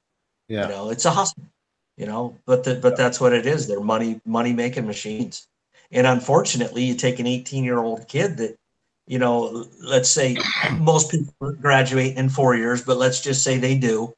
You know, you're 22 now, mm-hmm. and you've got a home mortgage without the home. You know, it's almost a tragedy, you know, if you stop and think about it. I just brought up the window here. I'm just going to show you. This is what I just found. And there you can see the prices. Now, these are in Canadian dollars, so that's about, what, 25% higher than the U.S. right now, we'll say around. But there you can see for Quebec, international, and students outside of Quebec, what they pay per year. So a year is about $5,000. So a doctor in like over 10 years, we'll say, you know, specializes, will probably have a debt of about $50,000 when he walks out. Wow. Now for that price, you might just, I mean, it's like buying a really nice used car. Yeah. So you may want to go and invest in, for $5,000 a year, you may want to go and invest in, but here's the thing. I mean, there's certain things you have to go to college for. Yeah. Okay. Medical. You want to be a registered nurse, you got to go to college. You want to be a school teacher, you have to go to college. Where the students get screwed is in the liberal arts field. Yeah. Where you have to go and get your master's degree. Yeah. And not everybody's master level student, because now we're talking thesis. Yeah. We're talking dissertation. We're talking specialized writing and research off the chart.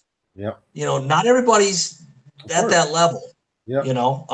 You got to take your GREs just to get into grad school. If you didn't do well enough at the lower level, I mean, so you come out with a degree in basket weaving. That's nice. You just bought a house to have a piece of paper that says you're a basket weaver. Yeah, exactly. Exactly. 100%. 100%. Now you see those, like the colleges here, it's either a 2 or a 3-year program, 2-year pre-university, 3-year professional. I think you guys kind of have the same thing in a way, right? Like in certain courses that you take, you're going to be a professional, like a police officer. You take 3 years, but you don't go to university unless you choose to go.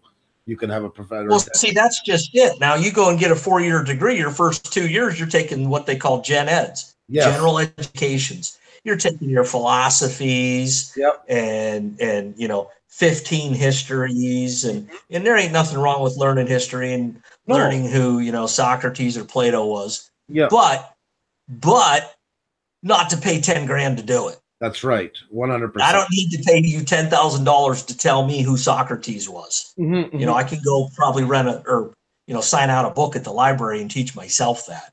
So the first 2 years, you're just taking all these gen eds. The university's making money off you, and then your last 2 years, you start to take your core courses. Your 300, your 400 level courses. Right. So really, you could get a 4-year degree in 2.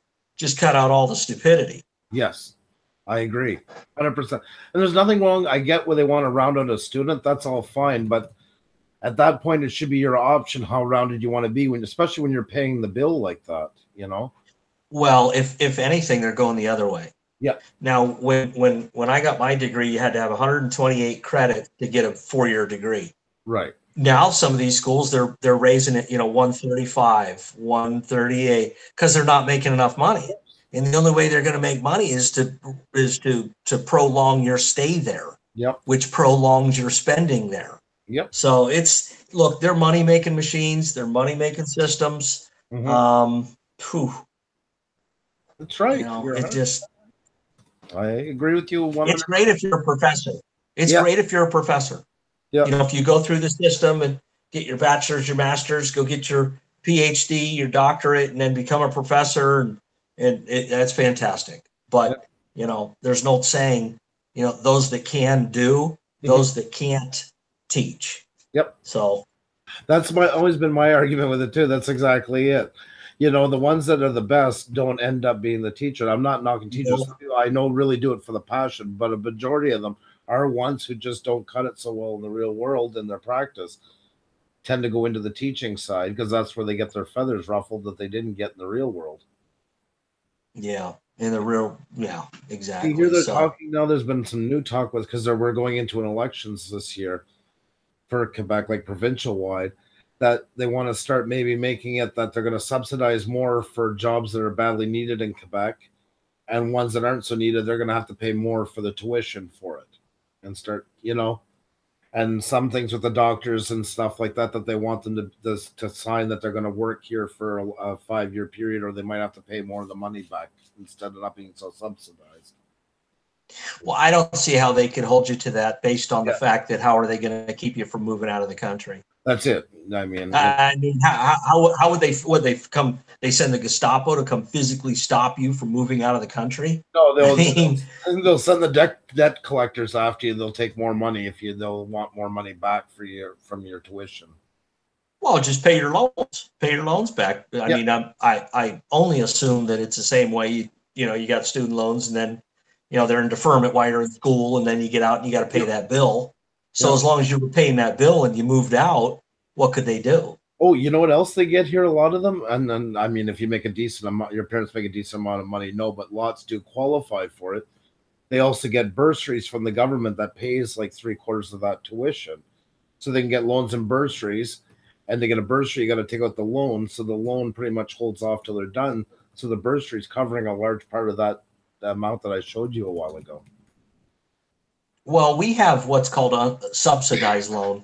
Okay. So while you're in school, there's unsubsidized, which the interest isn't paid during that time frame, and then subsidized, which I guess the government either pays it or it's just not accrued.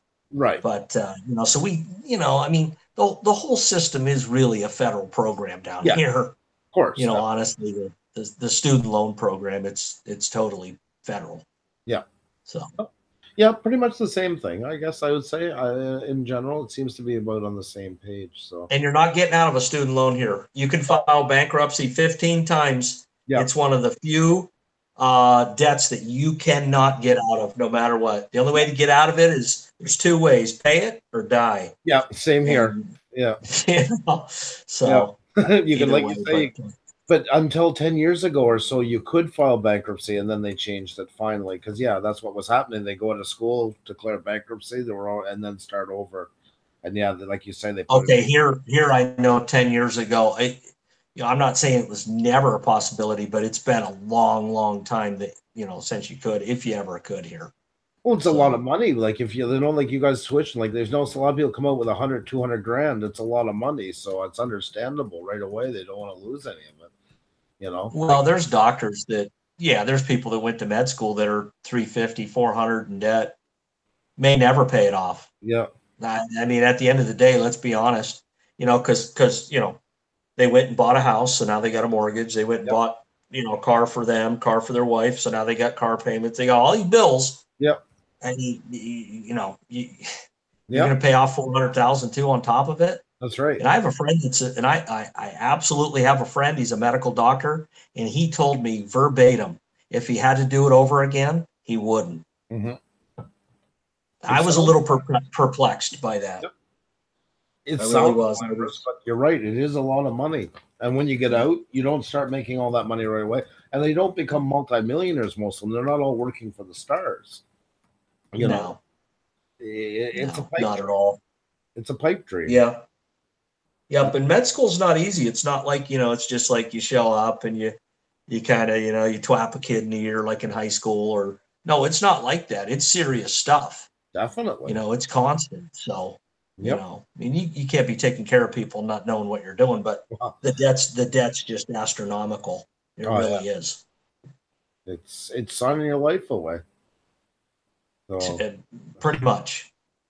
When you were talking about your education, like I went back to school when I was 26, and I could relate with you a lot. I had a son that was a year old. I worked in forestry after I went to college. I quit. I went in to be a cop.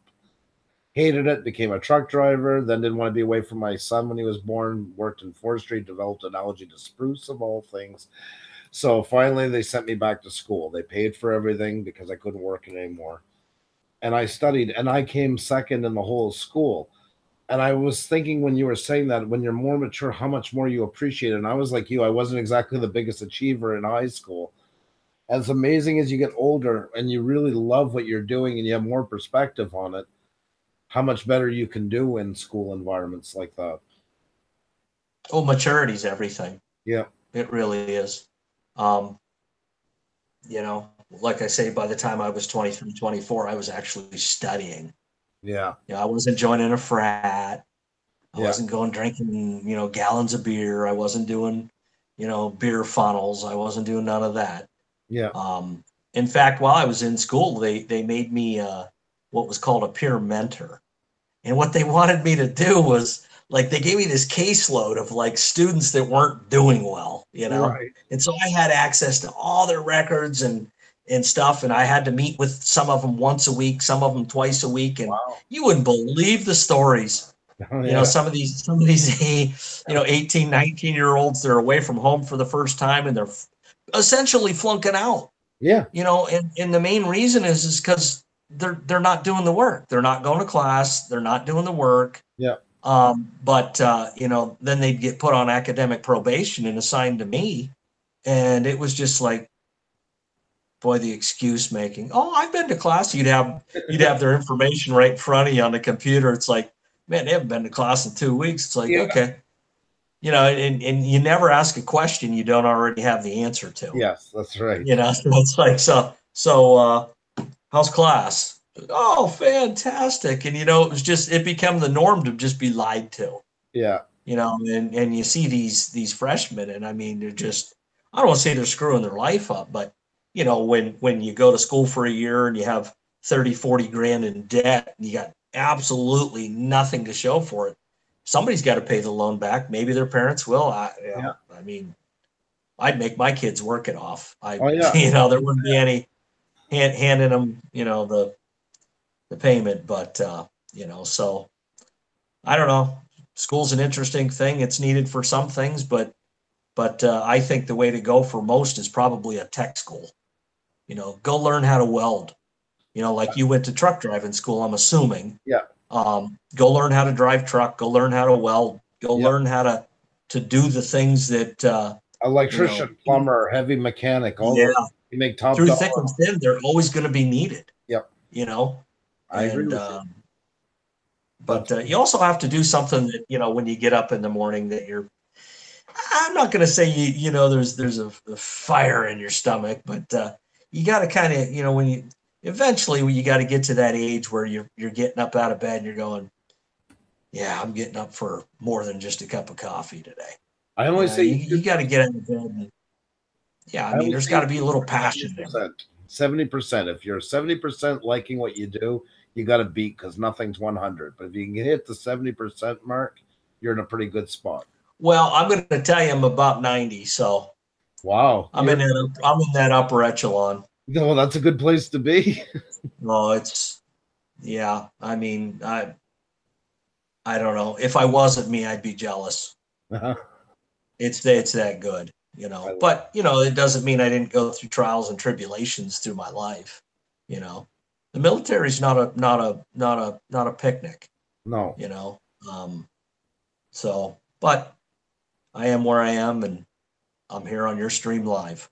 Well, we're so glad to have you. I wanted to ask you about just a little bit about the education, about the combination of your education. Why so? Well, here's the thing. When I was going through college, psychology always interested me. Psychology is the study of behavior. That always interested me. You know, whether it was training animals or doing whatever. But I also had an interest, even at a young age. I would skip school to go fishing. So I was always into wildlife or you know, hunting and different things. So I always had an interest in biology, study of living things, life. So I got my bachelor's degree in psychology, and I minored in biology. And my thoughts were, you know, if I go to grad school, I need to kind of diversify. And my initial thinking was that maybe I'll work for the Pennsylvania Game Commission. Well, that's a government job. And the test that you take for the Game Commission was only given at that point in time every 2 years. So I backed away from that entirely. And then, so, you know, every 2 years they gave you the written test. And then let's say, you know, I was prior service, so I'd get X amount of points toward that, that test. And then, so you know, your scores go in a certain pile, and then they schedule interviews. Okay. Well, we only interview, you know, we test every 2 years. We only interview every 6 to 9 months following that every 2. It was going to take 5 years just to land a stupid job being a game warden, you know? Yeah. You know, being a biologist. So I was like, this is just stupid, you know? So I kind of leaned a little more toward the field of psychology. I worked in the field about 6 or 7 years. You know, it's a field that, I'm pretty leather skinned. I definitely don't wear my emotions on my sleeve, but I'm here to tell you, when you're listening to people's problems day in and day out, and I could tell you there's probably nothing that you could tell me that I haven't heard. It starts to wear on you. even the mentally toughest. And I always had a calling back to be outside. You know, being in an office just was like, man, this ain't me. I always found myself walking to the window. I'd walk to the window and look out, you know, and it was just like, one day I was like, I'm done walking to the window looking out. I'm going out. And so, you know, pretty much in a nutshell, that's what happened. And now I pull implements and eat dirt, and I love it. Nice when you're doing what you love. Xenia, she studied psychology. She's a psychology graduate. Excuse me. Yeah, that's why I asked, because I just personal interest. Did you work as a counselor, like in the office time? Yeah, I was a therapist. I was a licensed professional counselor, and yeah, so you know, I mean, I had a caseload, you know, and it varied from time to time. But there was a tendency, at least when I was working in the field, to be overloaded, not under. Mm-hmm. So, you know, what they do is they're real crafty, just like a lot of places. They put you on salary and then overload you. Yeah. So it was just like, okay, I get it. It took me a couple of years to get it, but I was like, I get it, you know. But you know, it's great though that you managed to find your calling, but also be able to be there, you know, because I think lots of it's half a way to understand what is it that you want, but it is also the half a way left to actually get there and being able to do that. And you seem to be able to combine both, which is very lucky, I think. I think, you know, at a young age, I thought I knew. The one thing that has remained a constant is that I'm intellectually curious about everything. You know, the sky's blue, why? The sun's yellow, why? The grass is green, why? I'm not just going to look at something for face value and call it even. Yeah. I need to know the details. And, you know, how I've carried that into farming is, you know, I may do less acres than another farmer, but when you come and look at my acres, you're going to go, oh man, you know, those are pretty good, you know? Yeah. So I was just going to say that is the life of a farmer. I mean, it's a life built on inquisitiveness because you're your own problem solver. So you're constantly a lot of my farming friends, you know, when it comes to growing crops, I always say, well, I'm a cropper. I'm not growing food for animals. And there's a difference because, you know, my friends growing up, they didn't care if they had 80, 90 bushel corn in the field because they were just going to feed it to their cows anyway. Right. You have 80, 90 bushel corn in the field as a crop grower, you're done. Yeah. You wouldn't dare have 80 bushel corn.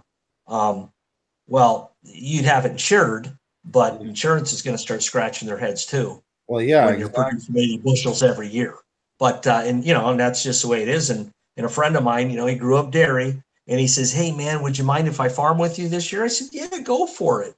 You know, and the field was what I consider halfway fit.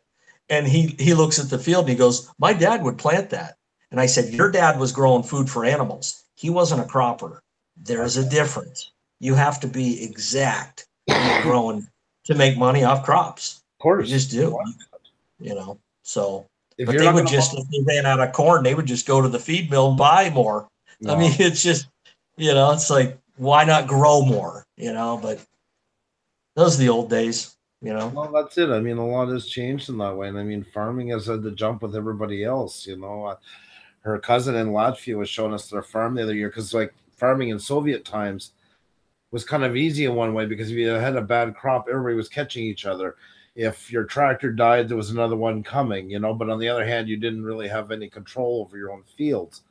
And now to go all this time later since the Iron Curtain fell, and to see the big farms that they're building out of it, you know, and the sun's involved now, and they're starting like to implement the GPS into their combining and everything. And it's a changing evolutionary thing based on something so primitive, not in a bad way primitive, but I mean, it's the lifeblood of how we got to become non-nomadic.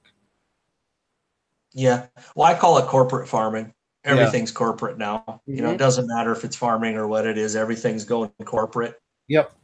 You know, I mean, you got machines that are extremely efficient. I mean, I know a guy, he just bought one field continuous. It's 500 acres, just the one field. Wow. You know, and if you go out west, you know, into some of them places, a 500-acre field might be their smallest field. Yeah, You exactly. know, they're doing at least 5,000 acres. Yeah. You know, and it goes back to, like I said earlier in the stream, is that, you know, the profit margins are so small that you have to do more. You know, and all that does is drive the price right back down. Yep. Because you're driving all that corn and all those beans into an already flooded market, and down goes the price. We need to produce less. We need to produce less milk and less, but you know, me saying it's not going to materialize. But I understand. I agree with you on that. I get where you're coming from. You know, I watched the guys out in Saskatchewan, which of course is connected to North Dakota, and all those flatlands out there and these huge farmlands. And the farmers, their kids and wives are taking care of it. And they were driving truck with me out there hauling crude oil, you know, just to keep money coming in, because like bird seed was gone way down and all these things, you know, are holding on to it as long as they possibly could. So they're hoping the market might take a bit of a jump. And now, I mean, big fields out there. I mean, those guys are running combine, you know, continuous 24 hours a day just to get through one field. Oh, absolutely. I know a guy went out for custom harvesting, and they would combine out for 4 hours. Yeah. Stop, take a lunch break, and combine back 4 hours. I mean, that's bad. I mean, that's the overflooding, overproduction of something that's already in a downtrodden market. Yep. It's just, you're killing yourself, you know, but. Well, that whole area, we had tons of kilometers, and you know, I'm not a farmer, and especially out there, I didn't know the farming that well. But I'm no dummy either to go and drive by and just see miles and miles and miles and miles of alfalfa, you know, and then to get to the next farmer and miles and miles and miles of alfalfa. You know, you can see right away. When I know you're interviewing me, but when you drove truck, what did you haul? Well, years ago I hauled long haul. That's when I did a lot of North America. And then I went and worked for that big music company. And then when that was done, we went to Saskatchewan, and I was hauling crude oil from the wells, and then working on job sites like with repairs and that. So you were hazmat, yeah, essentially. No, we were hauling full, but we were trained into it. But we weren't doing cleanups. There was a division. There was some guys that did do it. We were just hauling before they would run the wells on the main lines where they didn't have to haul it anymore. Yeah. The newer wells and that, we were hauling off of them and bringing it to the plants. And then there was a lot of crews that go in to repair these wells. We would go in because it's needed by insurance. So we'd have to kill the wells for the pressure. So an engineer would come in and say, there's so much pressure. We have these big water tanks that, because water, of course, is different weights coming from below because the saline amount. So they would say, well, we need 2 cubic meters of 1325, and that meant it weighed 1,325 kilograms per 1,000 liters, and so much of 1520 and so much of 1080 to be able to make the right amount to keep that well stable.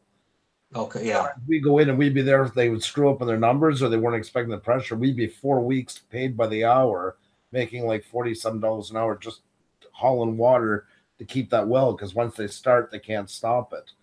And we'd be running it down the whole time. Other times I'd be connected to the well, being paid the same amount, literally for 16 hours a day, just sitting there watching the gauge on the tank.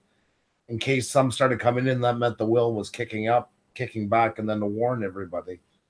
So it was interesting. Yeah. I'd never done anything like that in my life. Yeah, you were making $40 an hour doing that, and some kid that just graduated from college did $120,000 in debt's an assistant manager at McDonald's. it is true. You know, and add it into American money right now, like that money I'm talking about right now at this point, you would add an extra 25% to it, you know, for the exchange. The most I ever made was just over, because we were paid once a month, and the most I ever made was a little over $11,000 take home. Yeah, to drive a truck. Yeah, that's juicy. That's juicy, and that was a while ago. You know, I mean, people are thinking nowadays money. I mean, that's not nowadays money. No, that was 2010, around 2009. See, what happened is each province has its own amount of immigrants per year. and they have their own ways of judging it. There's federal rules, but then they have a bit of play. The problem with Quebec is they want you to speak French if possible. So even though Xenia was 24, a degree and a master's in psychology, and having 3 languages under her belt, because she didn't speak French, she kind of went to the back of the line. Where in Saskatchewan, they needed more people immigrating, so the laws were completely different. So by going there, she actually became a permanent resident in 10 months. Just walk around saying "Parlez-vous français"? That's right. That's right. I tried. just act like you're a parrot. You know what I mean? Just act like you're somebody's pet parrot. And I shouldn't say that because it has gotten a lot better in Quebec. It's not, the separation's at an all-time low. It's not the same fight, but the laws are still ridiculous here because they've never cleaned them up. And people don't realize that in any town in Quebec, you have to have at least 50% of the population speaking English to be able to have a bilingual sign or a notice. Otherwise, even if it's 49, everything has to be in French only. And all signs that are bilingual, it has to be more predominant French. So it has to be like, say, Andrew's Cafe. Or no, that's whatever you write. It has to be written in bold. It has to be twice the size of the English. They had language police that would come in and measure the letters to see that it conformed to it.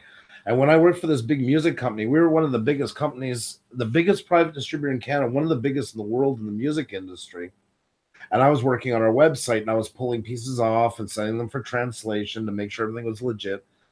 Somebody went on our website, noticed there was less French, reported us. They measured it out and said we had something like 19.6% more English than French. My boss, the owner of the company, tapped me on the shoulder one morning with a document saying that we had to appear in a court in Hull, Quebec, and we were going to be penalized $50,000 for that. They didn't want the money. What they want to do is weasel their way into the business. They spent 4 weeks there. They made us translate everything we had, every document, every computer line describing a product. And then we even had to change the Xerox machine, pull out the English cartridge and put in the French cartridge and all this stuff just to keep them at peace. It was insane. Gotta love government. Yeah. Yeah, the funniest part of this was the other year with Pastagate, where they actually wanted to ban use of the word pasta in restaurant menus because it wasn't French enough. Yep. You know what they call that? Too much time on their hands. Oh, big time. Exactly. And even the French people are getting sick of it because they're making us all look bad. Like the French people, I get it. They wanted to protect their land, and now it's gone so far over the other side that they're fed up of it. You know, so it's not all French people feeling that way. Most French, like French today, if anybody immigrates here, even people from other provinces in Canada, if their kid is in grade 9, they're usually allowed to take English. But if they're in grade 2, most times they have to go into French. And you have to have a birthright to go to an English school. Like my kids can because I did. But if Xenia had to come here on her own, her kids would have, and she had any kids, they would have all had to go to French school. There's no yeah, like all the immigrants now that has been accepted so wildly here, which is a good thing. But if they end up in Montreal or Quebec, and part of them end up in Toronto, which I guess in a way is lucky. But if they end up here, their kids have to go in French schools, although they have no knowledge of it whatsoever, you know? Yeah. Well, the rumor is down here is that if you go to Quebec and try to say catch a taxi or whatever and you don't speak French, they're rude to you. You know, getting better. It's better. It's a lot. Doesn't mean it's true. Doesn't mean it's true. I'm just saying that's the rumor. No, but it's not far off. I mean, it was. I find they're finally getting their act together, especially the younger ones don't care anymore. They grew up with the internet. The door is finally open. When in my generation, I'm 44, and I grew up especially in a small rural area. The French, we weren't even allowed to play together half the time. And they were told that, oh, nobody in Canada wants you. They don't care about you. The rest of the world, if you don't protect your language, nobody will. It was half Nazi shit, really. That was going on. Well, they will in France. Yeah. Even the French people don't want to hear about it. Like in France, if you go, stop signs say stop. If parking is parking, you go to the weekend, le weekend. Here they use stationnement for parking. We had to use, like when we had the music company, for instance, I did guitar pickups. I would do an ad for Seymour Duncan. Well, they said, "Oh, try and do bilingual." I said, "I'm not doing bilingual because every time I do it bilingual, somebody complains. Either they don't know what the hell we're talking about by the real world, or some university professor's got nothing better to do, calls and complains that we're not doing it right." So I did, and sure enough, I got the complaints come in. They call them retromagnetic. Nobody knew what the hell they were, English or French, because they call them the pickup when they go buy them at a guitar shop. But yeah, I'd be lost. I am too, and I I'd live be lost. But But is now with smartphones, man, you can translate right on your smartphone. So it's, you know. That's cool, though. Have you seen the new one with pictures now? That you can hold it up to a sign and it translates it? I use it here for French. Oh, there's an app. Look, there's an app for everything. Yeah. I mean, if you can think of it, somebody already has, you know. So, I mean, there's, you know, it's just, I don't know. Yeah, no, exactly. It's unbelievable how a smartphone is not used for a phone anymore. That's like the least used thing on the whole phone. It's a computer. Pretty much. You know, we were just talking about it, a friend and myself the other day, about how nobody has a landline anymore, just businesses, you know. People, I can't remember what we said, over 70 and older has a landline, but, you know, young people aren't getting them. You know, getting apartments and stuff. I mean, it's redundancy. I mean, it's an extra bill for something that your cell phone does. And I mean, in the old days, it made sense because cell phones were limited. You had talk minutes, and, you know, you paid for so many texts and internet. You wouldn't dare dream of having internet service on your cell phone, you know. Years ago, you even had to pay if somebody long distance called you during the day. Like, you had to be careful you didn't accept calls from certain people. It's just dumb. You know, I'm through AT&T. I don't know if I'm even allowed to plug them. I guess you can edit it later from now. But, you know, a real good service. But what they were calling unlimited, I wasn't. Yeah. You know, they were, oh, yeah, you got the unlimited plan. Well, they were calling unlimited 10 gigabytes a month. And I'm like, that's not unlimited. Yeah. Well, you know, we show here, you know, on the bill or whatever that you're using 4 to 6 a month. I'm like, 10's not unlimited. 10 is 10. Exactly. Unlimited is unlimited. So, so now the you know, it's straightened out now. It's truly unlimited. That's amazing.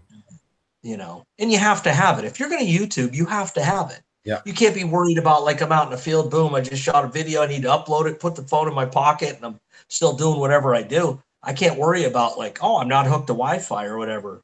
Yeah, I'll let AT&T eat it. Yeah, I'm guaranteed my bill every month. You do not want to know what we have to pay here in Canada for phones. You would not want to hear it. It's not pretty. Well, it compensates. Hey, for your cheap tuition, it's, you know, compensates. I guess, yeah. Cheap tuition, expensive phone. 3 gigs of data and unlimited calls and texting is like 50 some bucks Canadian. Is it? Yeah. Oh, okay. I mean, I with this phone here, it's like, I don't know, it's like $120, unlimited everything, and I mean unlimited. I'm not talking like, you know, they're slipping you a Mickey, you know, calling it unlimited and giving you 10 gigs. No, this is really unlimited. Wow. So yeah, it's sweet, man. I got a sweet deal. And like I said, if you're going to YouTube and you're going to be out in Timbuk3, you've got to have it. You've got to be able to upload videos. Now, it might take an hour, but who cares? It's uploading. You know, you're out in the middle of, you know, I mean, I got 4G, but sometimes I'm in 4G light land or whatever, just based on the tower. But still, to not have unlimited on the phone, it would be, you know, some people wait till they get home, plug their camera into their computer and do all that. I don't have to. It's all one-stop shop for me. Got the, you know, the S8, and it works great. But I heard the S9 Galaxy, the camera's like even better than the 8. So, well, they're always going to be like, you got to find something that will just last you through. And I mean, the S8, you're still really well off right now. Oh, absolutely, no doubt. It's the S8 Active. It has a lot of things on it. It has a compass on it. It has, you know, just a lot of different things I'll never even use, but it's there if you need it. And the camera, it's there if I need it. And you know, I'm not monetized or anything, and I may never end up being. Who knows? But you know, I always said until the habit of YouTubing is paying for itself, I'm not buying a thing. Nope. You know, as far as like equipment and stuff. You know, you guys got to be up there in hours because of your lives and stuff. We the lives put us over the top, and we applied, I think, what, 2 weeks ago. Yeah. We're not worried. We're not planning to make millions of it. It was more for our regular day-to-day business. So Puša Studios, because once you're monetized, they'll just push you a little more. That's why we've been doing this since the beginning. It's just for our day-to-day business to get more coverage when people are searching. You know, if we made, well, I understand that, not, you know, and I'll keep my day job, and that's fine. And if I made 50 cents off it, I could tell my grandkids one day, hey, there was one time they had this thing called YouTube, and I made 50 cents. Really? In fact, let me tell you something about YouTube. All right. Now, I noticed you noticed that I uploaded a couple videos in like 2014. Yeah. And I didn't get on YouTube for years, probably 3-4 years. And then all of a sudden, it was our winter. There's nothing to do. So I got on YouTube, and I'm like, wow, all these people, videos and stuff. I'm going to start uploading. So my official start date, what I'm calling, is February 12th of this year. Yeah. Other than those 2 stupid videos that I had no idea what I was even doing. Yeah, but they're fun though. But, yeah, it was fun. It was something different. But I couldn't believe, like, the first thing I learned about YouTube is that there's something called monetization. I couldn't believe it. I couldn't believe people got, like, you went and made a video, and like, and you know, some people have like 1 million subs and whatever, but I couldn't believe you got anything for it. Yeah. It just blew my mind. People were talking about the 1K, and then later on I learned about the 4K, and then I'm like, I you know, I'm still a little bit wet behind the ears, and I still can't believe that people get paid to do it. It's just, it's a mind-boggling event. Yeah, it really is to me, you know. But I guess at one point in time, everybody was monetized. If you made a video and you went into a partnership, you know, you were monetized, you know. Yep. And so. Do you like doing it? Yeah, I like doing it, and that's the thing for me. It's like, you know, it will never be about the money ever. Right. I could, even if I was to the point where I was making money doing it and it wasn't fun, I would walk. I'm not saying I would necessarily delete the videos that I have on there, because part of the reason that I did this was that I thought, man, wouldn't it be great? Like if we lived, you know, 150 years from now, and we could look back at videos of our great grandparents and doing what they did, you know, assuming YouTube's still going to be around. Yeah. Something will be.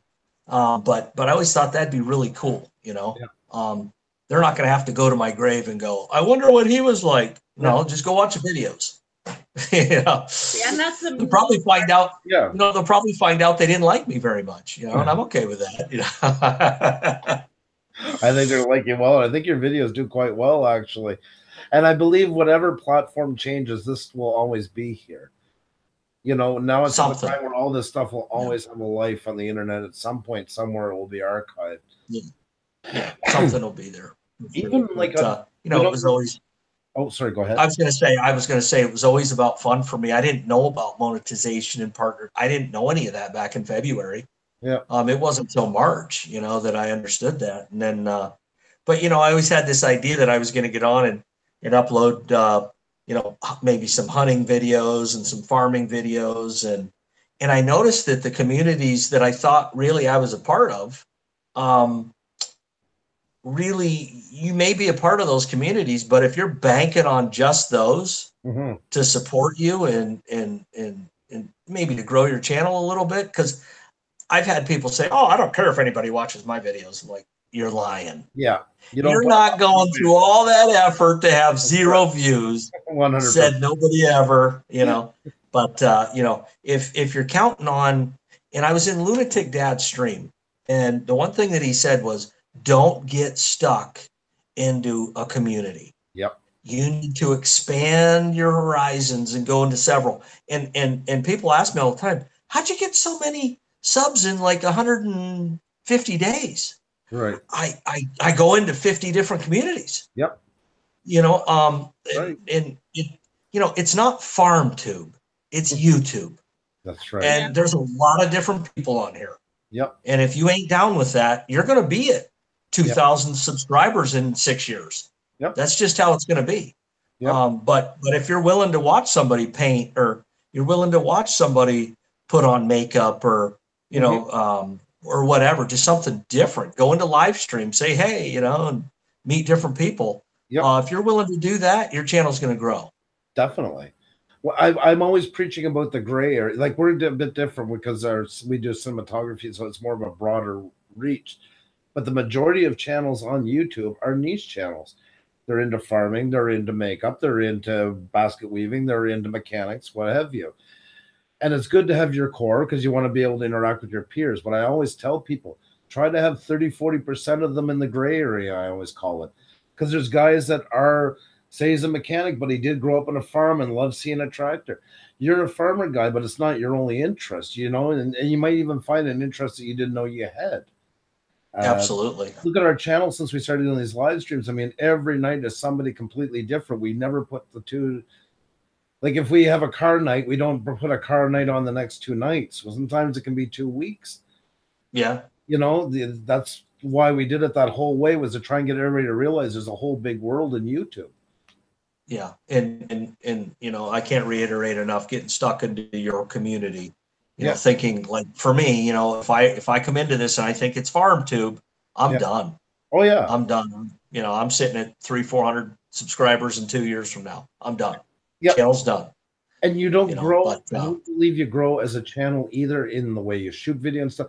You need to get out and see what other people are doing. Learn from what they're doing. You might find something in a cooking channel the way they did a couple of shots. And you're like, wow, I can use that for mine in a different, like, same shot but different view, of course, for what you do.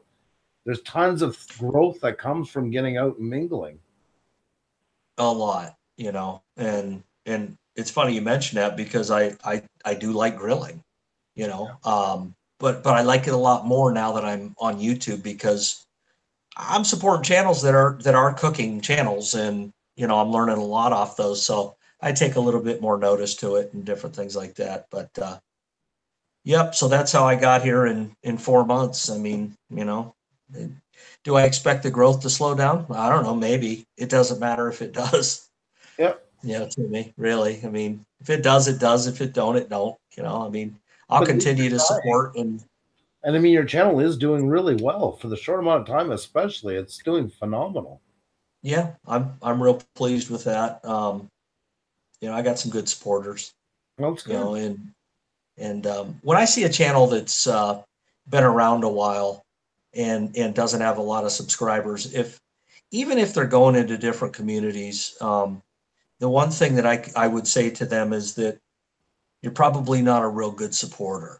Mm-hmm. You know, a supporter gets supported. Yeah, true.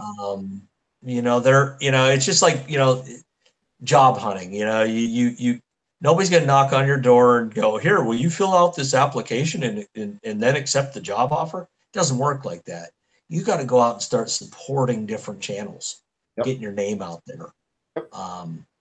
You know, and if you're just somebody on YouTube, that's fine too. And, you know, again, I've had a lot of people tell me, oh, you know, I don't care if they watch my channel, or I don't care if I get a lot of subscribers. Well, the one thing I've learned about in the field of psychology is those are the people that actually do. You know?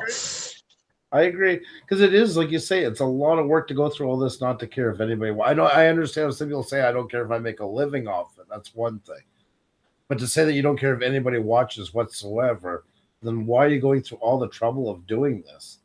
Because it is. I think, like I say, when I think my best video is going to be when I make 50 cents off this.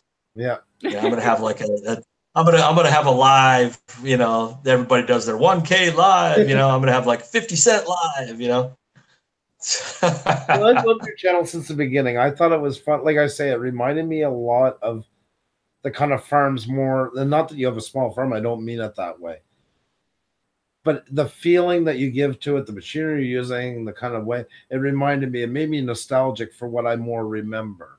And I love that part of it. And your style, but you're not a stagnant farmer. I like the way I find you're growing all the time with your channel. You're engaging with everybody. I don't know. I think you really got a great channel. It's fun. I appreciate that. I think you too. No, it's nice to meet people. Like, that's been the best part of all of this, is getting to find some really good channels. Because of course I've ran into some real crappy ones, people who don't give a shit. People come over here, love what you do. You know how we put our promo video up? I love how to this day I still get people that say, "Love what you did. Watch it in full. This was amazing. Come support me." And it's like it's a 1-minute promo video with nothing moving. You know, like, oh, you really love that. Trust me, I do the watch in full, and like if somebody has a 45-second video, it's watched in full. LOL. Yeah. I love that. But I think when I think I saw you guys before, but when I really took notice was when you guys did the craft beer pours. Yeah. That night, because again, I was always searching for different communities to go into, and and I'm going down the live stream feeds and stuff, and one day I clicked on craft beer pours, went in their stream, and I don't know, they must have had some dealings with trolls. Yes, because they were checking me out, making sure that I wasn't a troll. They had 151 dislikes. That was the German trolls that night that hit. Yeah, that was crazy. I wasn't in there that night. I don't know where I was, but anyways, I remember the first time I went into their stream, and Trish was like, "Oh yeah, well he's okay, I think, because he's got 500 subscribers." So that's how I know. When I first met them, I had 500 subs. So that was it's documented. It's about 2,000 subscribers ago. So either way, but yeah, we've kind of got that is growing exponentially. Yes. But we've got to know each other, quite a bit since then, and there's people, there's fish people that I talk to, and there's of course farm people and hunting people and people that are homesteaders. Homesteaders are the latest and greatest. Probably over the last few years, I found out I got a little bit of homesteading in me. I'm a gardener. It's brutal work, but nothing beats walking out your back door, picking a tomato and grabbing a half a dozen ears of sweet corn. That's she loves it. I grew up with a big garden, and I hated weeding, and then I'd do any job around the house there was, but I have a black thumb when it came to growing. It's horrible.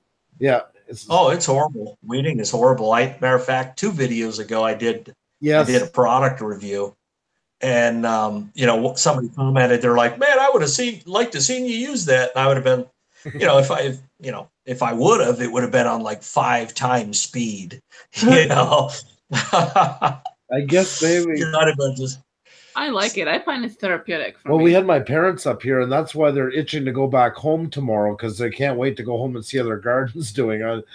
It's like, God just had a late spring. Like, I wouldn't worry too much about it right now, but they're just dying to get back into that garden. So, well, a garden is not a garden is not a garden. I probably got a half acre of sweet corn, and tomatoes are taking up space, and it's like, you got to be realistic about it. How much time you have to sit there and crawl around on your hands and knees plucking weeds. Yeah. Enjoyment and misery are kind of, sometimes they're tissue paper thin, dividing them.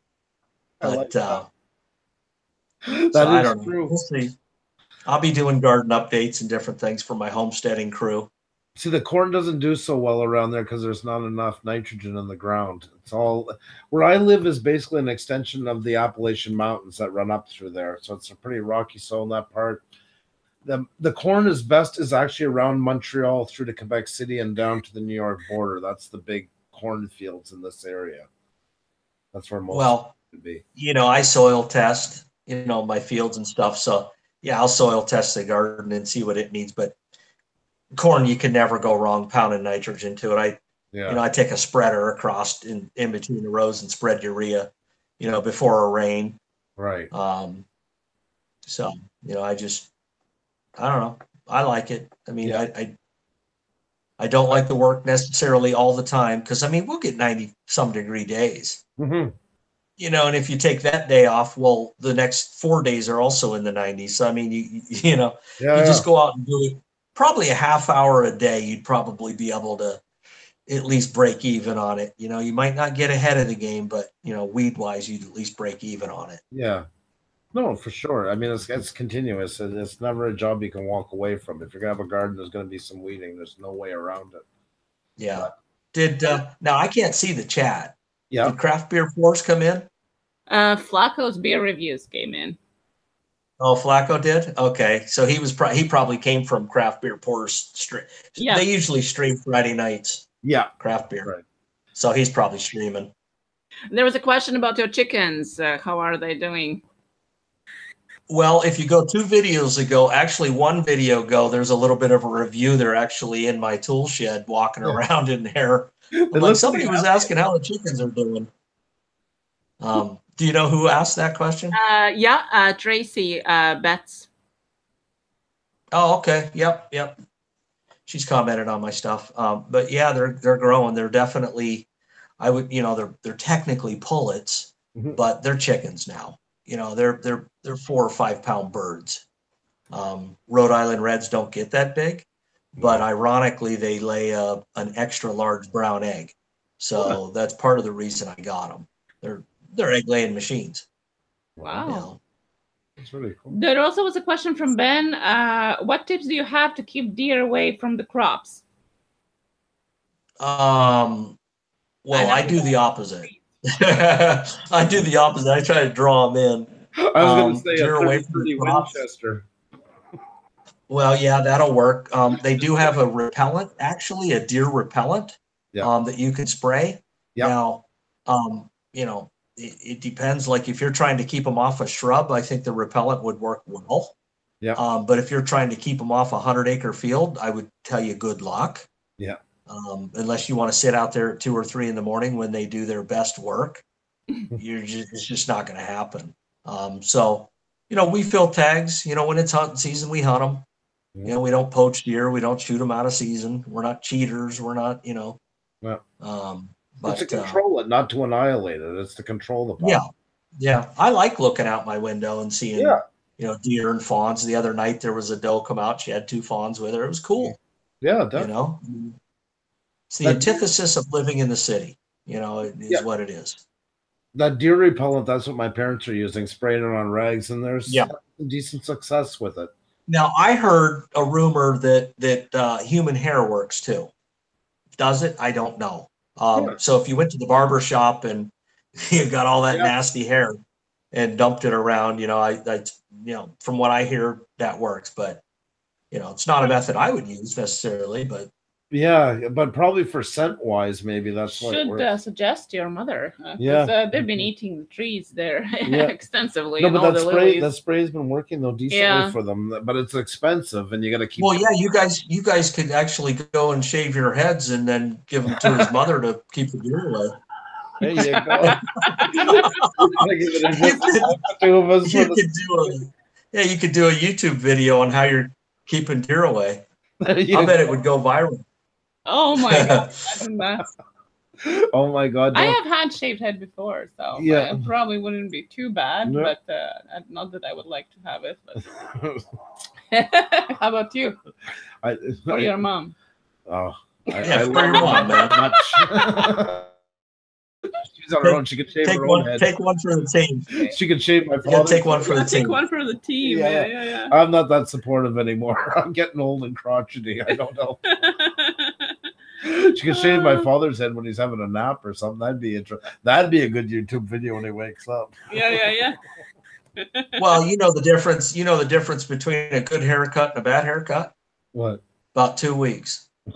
Oh yes, so true though. So true. Yeah. Words to live by, my friend. Yeah, I've had a few. Oh yeah, you count the seconds. My son last year, I passed him in the hallway, and I've been saying I'm going to get his hair cut. He was, 10 at the time? Yeah. Boys at that age, if you touch their head, sometimes you get almost like kind of a waxy feeling. I'm like, when did you last wash your hair?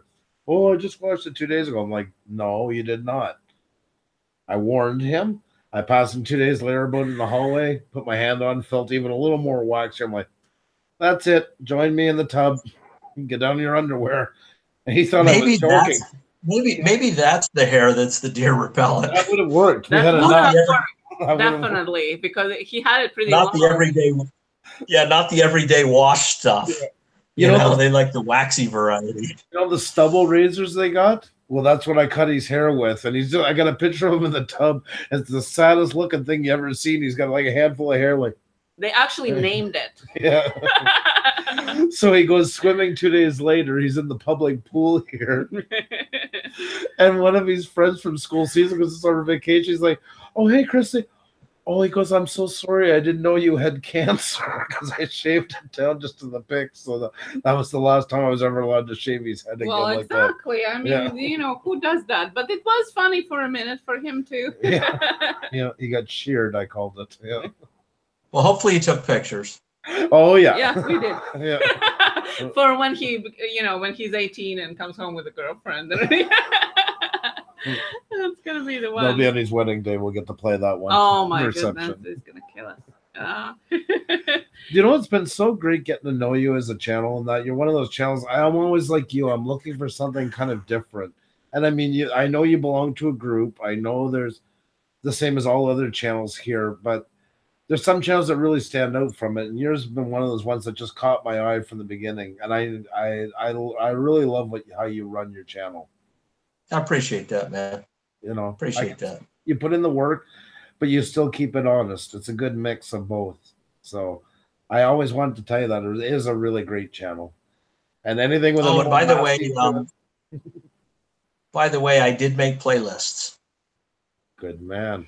So I didn't have playlists. The other day, I think you were looking at it. You were like, man, you need some playlists. I did make playlists. Well, that's perfect. It doesn't benefit me. It helps you. So, but I'm so glad to hear that. You know, it's just little things like that. And we all got to learn from each other. You know, that's we're very big, as you've probably heard us preaching now. We don't belong to any group. We don't support any group because we want everybody from all groups to come in here and feel happy, comfortable, enjoy it, and all just learn from each other. That's all we've ever wanted to do was like that. You know, it's not Costco here. You don't need a membership club. You don't have to do anything. You just got to show up and just enjoy hanging with people. And even when you look at the list right now, I'm looking at it. Almost everybody here's from a different niche. You know, you get 2 or 3 from the same ones, but there's a ton of different ones going. And that to me is where you build that gray area we were talking about a while ago. Yeah. I mean, that's, you know, if you're not willing to diversify here, you're not going to grow. No. You're just not. You need too many people to watch your videos to be able to just look at one group. Yeah. And like you were saying earlier, you might find something that you are actually interested in that you weren't aware of before. Yeah. So, exactly. I mean, how great is that? That's like going through the, you know, years ago libraries or going through web pages and finding something new that you're exploring. You know, there's some really great people that put just as much love into their passion as we do into ours. So that's no doubt. Thank you so much for being a part of our live today. Yeah. That was really interesting. There's lots of great feedback in the chat as well, and about the smartest farmer they ever have heard of.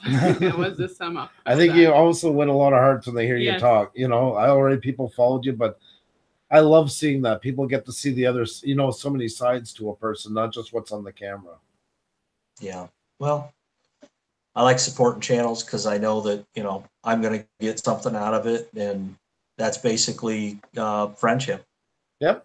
100. That's right. You put it in, that's the truest way to say it. You're 100% right. I'm really glad to have you on. That was a long time coming. So I'm really glad we got to have you tonight. Really good to get to know you better. Well, I saw that I was number 74. Yeah. Who's going to be 100? We're not sure yet. Because I'm sure you're going to make a big deal out of that. This is the 100th. You know? I hope so. I'd like to. Yeah. We'll think of something. It's tricky because it's going to probably fall through the summer. So we have a couple. Unless we stretch it to the fall or something. Yeah. We'll see how we manage to do that. It's hard to plan ahead. It's nice now. We're starting to get more people like messaging us. Hey, is there any way I can be on and stuff like that? You know, we're not doing as much as the running as we used to. So that's kind of cool. But we're taking a little vacation in July, so it's not going to be as scheduled as we have all the time now. And then when we come back, then we are going to have like more guests. And we'll probably have a bit of time in August too. Like I was saying tonight, I inherited a house this spring in the town where I grew up. So I got to go down and take care of that stuff. And the internet is really horrible there. It's like satellite internet with my parents, and it's like 25 gigs a month and stuff. So it's basically internet. Yeah, 100%. Not 56K. They call it high speed, but yeah, not exactly good for live streaming and everything. But we're gonna break it up into sections so we can keep coming back and that. So, but Yeah. we'll see what happens. Thanks for having me. I appreciate it. Like I said, the 22nd came quick and the stream's over, and that went by fast too. It's been such a pleasure. You're such an much. amazing person. Thank you for your time tonight. All right. Thanks a lot. Keep in touch, okay? Will do. Take care. All the Take best. care. Thank you. Oh, such a gentleman. That's the farmer that I remember growing up. I think he's just so amazing. He's soft-spoken, well-rounded, you know. Yes, and very educated in Yes. lots of subjects, you know, to discuss about. It was very interesting. That's what's so great about this. When you get to talk to people, you realize just how many sides they have to them. Same as you guys. You all are like that. It's the camera is very good at depicting what we do, what we love, and what we want people to see. Yeah, but it's a very narrow window to what the person actually is without talking to them, even if it is just live stream, so to say. Yeah. It's different than when you are on other people's live streams and you get to talk about other things. Then you choose yourself. Exactly. You know, and T-Throg says he was great to listen to tonight. Like that guy is what you could do like a podcast, and he has that perfect, interesting voice and interesting stories. Like, you know, you could just listen to for hours to him. So, you know, and so many, you know, his things in his life path, you know, like army and biology, psychology, farming, very rounded, hunting. You know, like there's whole all different things there. I think it's amazing, you know, to have a combination of it and doing, as he said, that he enjoys 90% of what he's doing. And you know, how many people can say that with their life? Exactly. Camaro Time says Farmall is a great channel. Been part of it for a while. He is really great. Panic D says great job to Farmall Fanatic. He was great listen. You know, we've come across so many channels. He said 74. And I mean, it's amazing the people we've talked to and spent time with you guys getting to know better. And there's a whole world out there. This is a whole nother side of YouTube, taking everybody's videos and now getting to know them even better. To do all the work it takes to put up a video on YouTube, like he said tonight, you know, anybody saying that, you know, they don't care to get any views, I agree with him. You might not want to make money off it, might be a priority, but you want people to see it because it is a lot of work.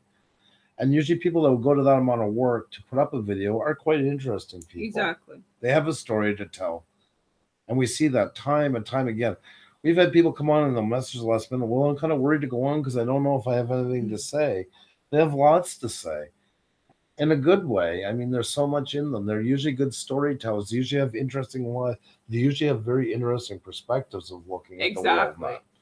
You know? That's what's kind of neat about this. This doesn't usually attract the day-to-day because they don't want to bother with all the problems with it. Yeah. Tracy Betts, enjoy your time with your daughter and granddaughter. Donnie, go back to bed. Just woke up. What's happening? Hey, Camaro Time is asking if you're picking out toe jam. What? Toe jam, the stuff between your toes.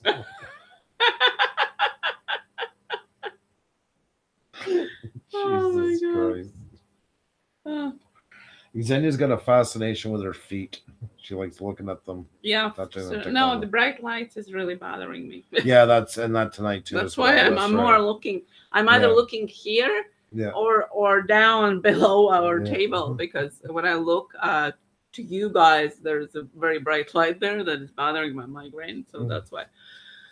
And if anybody hasn't checked out tonight, do you have the link close? Or I can get it. I have it right here, I think, for our guest this evening. Yeah, I have it right here. I have been posting it every so often, and then we're going to share it again. There's definitely Fanatic's link. And, you know, you got to go and check him on Twitter as well, because he has just joined Twitter. So go and support him there.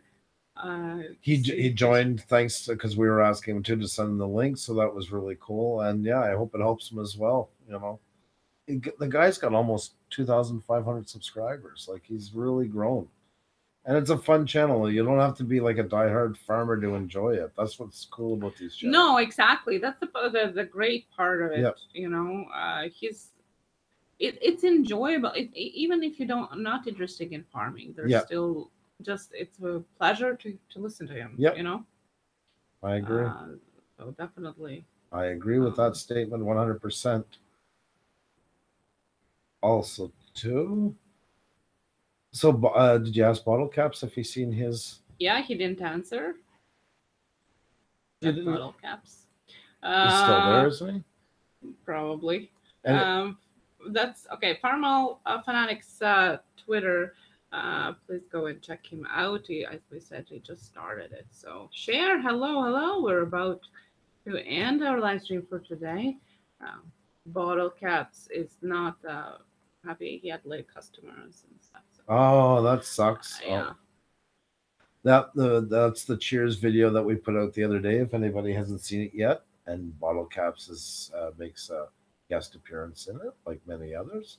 Yeah, Bottle Caps. We really hoped that you would. Yeah, we thought it was going to make you feel good that we had you in there. And Soybean Farmer, hello, and Philip25 now. Oh. And tomorrow we're gonna have Cody Wiener. There's a whole video just dedicated to people trying to say his name properly. Yeah, he's a vlogger. Really cool cinematic vlogs. Catchy things. Lots of videos that have gone pretty viral as well. And of course, his video got featured on Peter McKinnon's Hire an Editor video. His video was one of the ones that was picked. It actually was a collab with another girl vlogger. And the video got picked. So we're going to talk about that and about trying to combine that with family life and vlogging every day, editing till 12 o'clock at night, and how he got on Peter McKinnon's video and how he tries to capitalize on that because he's trying to use that in a very smart way. And he's growing quickly. Like, I think there's going to be a lot of people here tomorrow night when he comes in. He has a very good following as well. They're very friendly, very nice. We're going to be joining us tomorrow. And of course, if you're going to have any questions about video editing, that's the person to ask. Because through the day, he also does video editing for commercials and things like that. That's his day-to-day profession. It's going to be pretty busy, I think. Yeah. Myself. What it's about thank you, Video Bottle Caps, for our for everybody, for supporters, for people in the chat, and it's a collab with Doodles by Doug and Otero Studios, and you have been included in it. So it would be just really nice if you would look at it, just because you're in it. It's just 2 minutes, Bottle Caps. God. Sunshine, hugs. Just looking here, Panic D is missing 9. So if anybody, oh, they were jumping up because they were 91, so they're up 10. So if anybody hasn't joined Panic D videos yet, they're an awesome channel. Oh, they're 9 away from 1,000. So if anybody here hasn't become a subscriber yet and wants to check them out, we don't usually do this too often, but every now and then. I thought this would be just to give them a little shot. Definitely. And Panic D, coincidentally, we featured at the beginning of this live stream. Exactly. We did a little highlight, and they really deserve it. They have been working really hard on the videos. They do investigative paranormal activities. It's not your usual ghost hunting. They actually use science for it. Miss Panic D is actual biology and forensic scientist. So there's lots of science behind it as well. And one is believer, one is non-believer, trying to convince each other of the opposite side. But their live streams are very interesting. We play games about true or false, if it is true or not, some beliefs in paranormal. we also try to investigate some paranormal crimes from like 100 and 200 years ago. Yeah. And play murder mysteries, which I find very exciting. They're live usually on Saturdays at 5 and Sundays at 6. Correct me if I'm wrong, Panic D. I'm very excited always to be on. I was laughing at Soybean Farmer. Just noticed we all have wrenches. What's broken and what are we supposed to be fixing? That's amazing. Oh, I love that. I love that. That's perfect. T-shirts for everyone. Panic D says, and said I hit 1,000. I'm retiring. Woo. Yeah, and Panic D once a week they give out their merch, so to say. You can apply to become a parapeep. Once you do, every week you can send in an email and win one of the weekly prizes. Yeah. They change every week, so it's definitely also very interesting. So check it out. They're really exciting. Yeah. I love their live streams and murder mysteries because it literally feels like I'm in the show, you know, Murder She Wrote, but I'm actually participating in it. So I love it. I like it because you get that feeling without the old bag, Angela. Yeah, and I'm actually investigating the computer while I'm like watching them as well. I'm like, oh, okay, I gotta check this out, and then I go on internet and try to find documents supporting it, and there's like this whole big event. They're definitely worth watching. It's we love them. Oh, cool. Soybean Farmall says Soybean Farmer gave me my first shout out when I had 40 subscribers. So that's so cool. That's amazing. Excellent.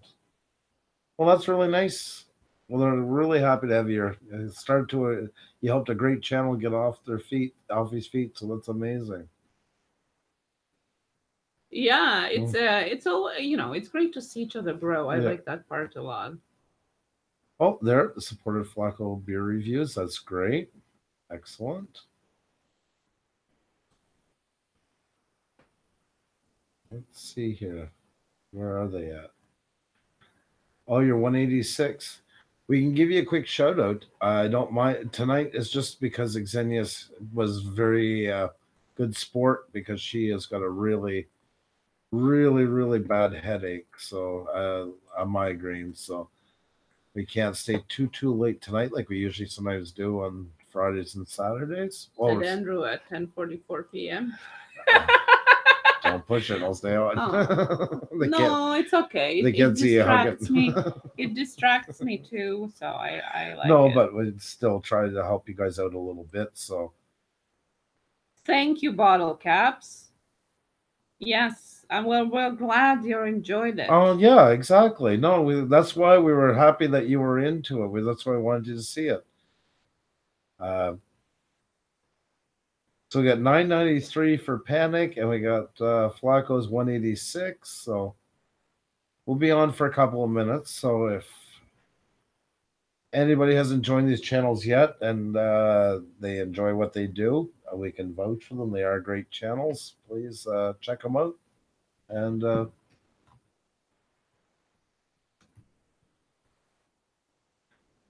Philip is so amazing. You see right there again, Flacco's, you're going to do well if you keep engaging your fans like you do. You know, always something on topic. Always shows that he's taking that extra few minutes to really look at the channel. There you go, Flacco's. You just got another one. Poor Panic D.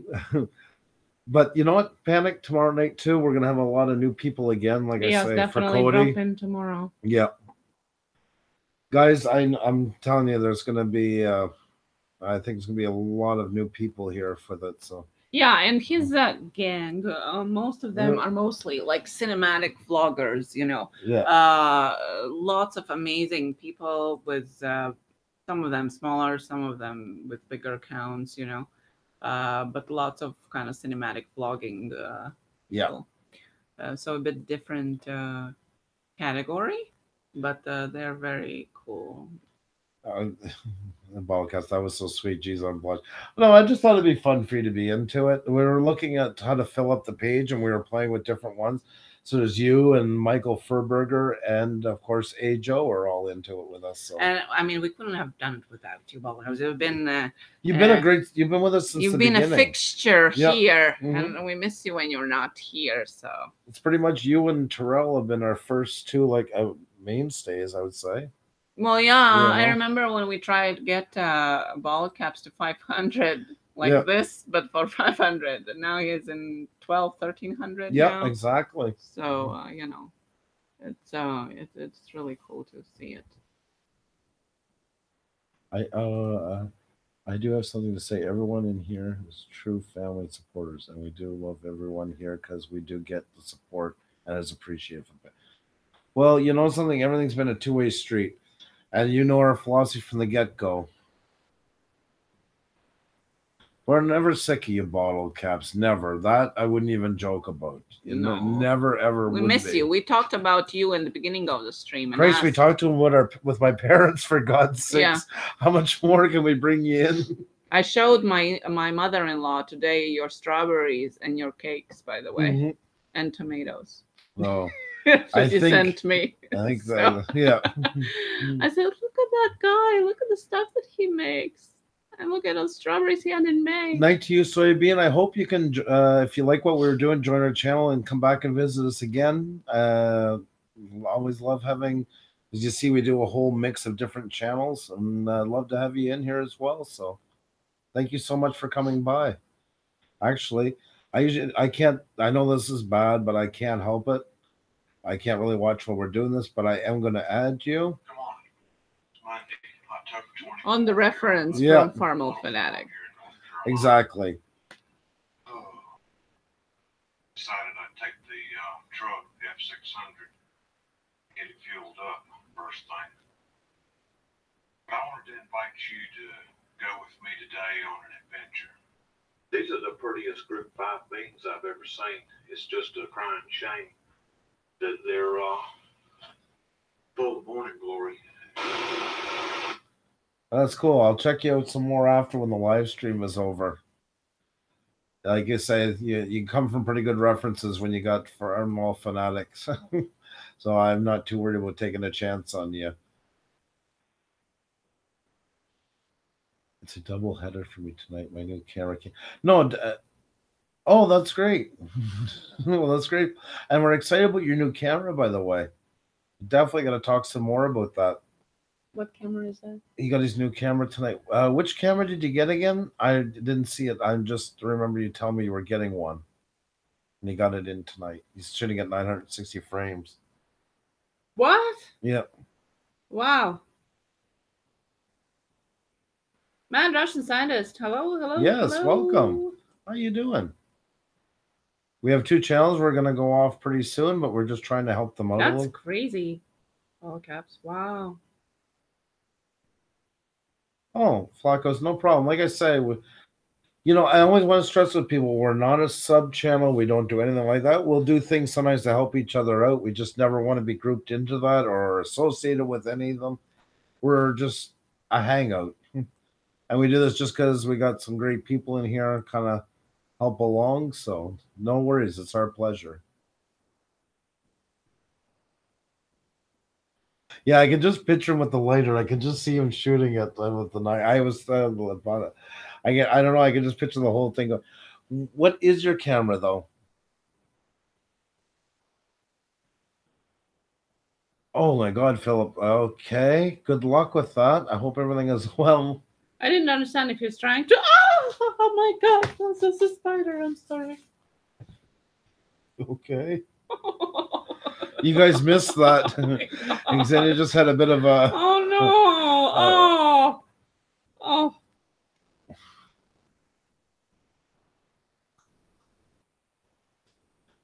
Okay, I'm good. There, Flacco, you hit 190. Can't tell you all my secrets, Ball Cap says. There you go. In the Woods with Wolfie, we all love hanging out here with you guys, Andrew and Xenia. Oh, thank you. Same with you. I mean, we do. We really do miss, like last night it felt weird. It was almost like playing hooky from school. You know, like we should be somewhere else. And that's awful to say when your kids, not that we didn't love our Chris's graduation and all those things. I mean, I'm glad we did it. Yeah, but that's why I felt like today's Monday. Like I said, I even put the poster out today that says Hello Monday. So Don't be confused. Yeah, That's no, exactly what it I says. just picture the looks on some of Oh them. my god. And nobody said nothing. People retweeted it and nobody said anything. And I can imagine on Monday people are going to be coming in and now live stream and saying, well, where is Farmall Fanatic? Yeah, exactly. You said it's going to be Monday? Oh my god. So we got 190 for Flacco's. We got 994 for Panic. Like I say, guys, tomorrow night is going to probably be a really busy night here. I have a feeling with Cody coming. Oh, definitely. He's got loyal supporters. He's growing really fast.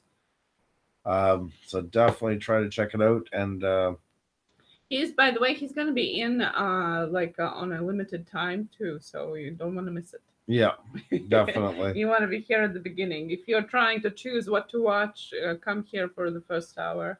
Oh my god, what was that accent? I don't know what you got going on. I'm just along for the ride. Oh my goodness. That would be great, Bottle Caps. Love to see it. And Tom Jones is saying everyone need to be a homesteader. Yeah, I think everybody has part of it into us. Yeah, I love that stuff. As Andrew was saying, I like it more. It's funny. I grew up in a rural area, but I still now I'm kind of dependent on. I like the access of the internet. That's the one thing that's hard to give up. But I mean, it's becoming more and more accessible. And I don't know. I'd like to eventually maybe even have a little place over in Latvia and in Puša. We still have some land over there. Have a little place. I don't know back where I grew up. We have the house there now, but I don't know what the future is going to bring. But like again, I'm not like all. Yeah, take your time, Bottle Cast. It's all good. Like I want to keep that one up. Look at after. Or I forget that I have it on shared screen. That's what you guys see what I do now all the time when we're talking. I'm always flipping around like 25. Put them side by side, share both at the same time. No, build up the excitement. Go back and forth. But guys, we're going to be off in a few minutes. If anybody else can help out Panic D or Flacco's, they're a great channel. You have a great night, Ben. Always a pleasure to have you on. Take care of that baby. And have a really great evening. Oh, it's our pleasure, Panic. Like I say, tomorrow night definitely should be quite busy. So, yeah, there were 22 in November. That's right, Panic Day. Wow, pretty good growth, guys. I can't wait to get the net hooked up at the cabin. No more missing everyone's live streams while I'm there. Yeah, well, I agree. You know, that it has become such a big part of our lives, but at the same time, I do miss not being on it all day. Like I have my phone has data, but it's very limited. I only actually hooked it up just the last month. Before that, I didn't even have data on, and I didn't really want it because I wanted to enjoy time outside of the house, so to say, because we do have tendencies of doing more stuff on internet when we have availability to it, you know. Right. And not that I don't enjoy it, I do, but I find the Twitter and Facebook and Instagram, those parts take too much time for me. They do. They are time consuming in that part. Yeah, because I don't want to automate it like everything. You know, I want to answer every tweet and every comment on Twitter and Instagram, and you know, sometimes you don't even know when the time passes by. Hi, PSPR. So Welcome. good to see you. How Glad you doing you tonight? made it. Yeah, we're at a little bit of the end of our live stream. We're just trying to get the numbers up for Panic D and Flacco's. Yep. As a little shout out today for the end of our live stream.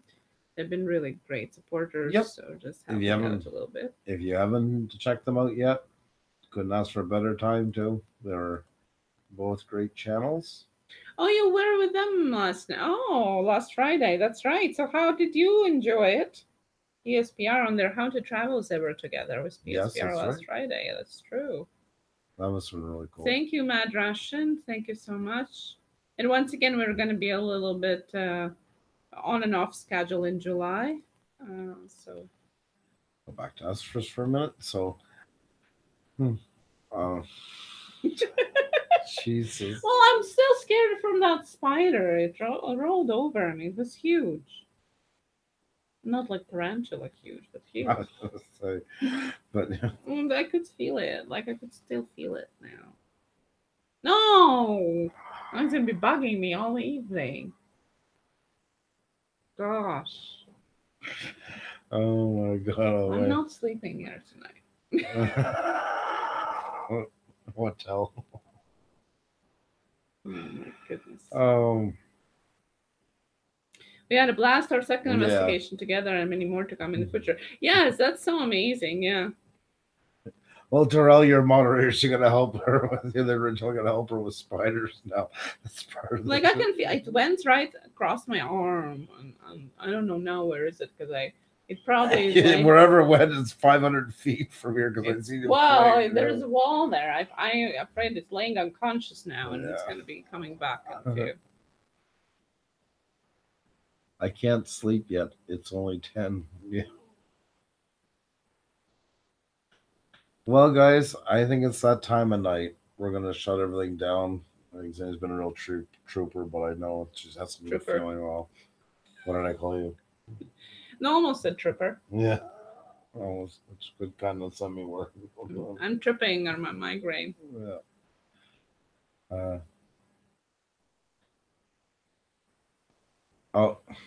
Oh, you don't get your picture yet? Oh, you want us to? Oh, okay. I thought. Yeah, he wants us to show us. That's what I was waiting for. It's okay, we're waiting. We're waiting. Yeah.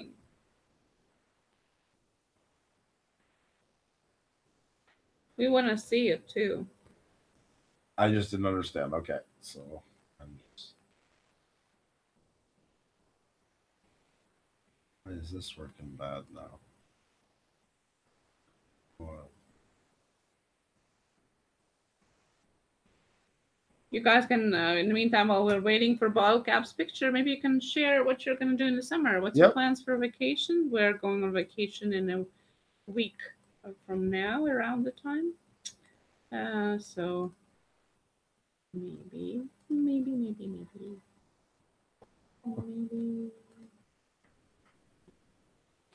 Having fun.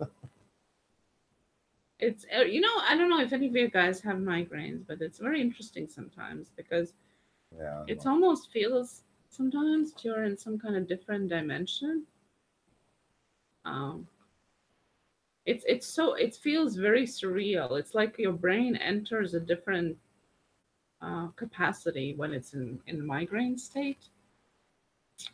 And it's not the pain part only, it's just the whole different sensations and self-awarenesses that are completely different when I don't have migraine.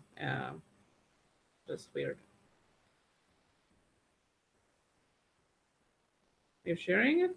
No, I just want to see first. Wow. Yeah, that's pretty cool. Oh, ball caps. Your videos are gonna be like, wow, so like a different level now. First, before yes, we will play it. Weidman Photography, welcome. So great to have you here. How are you?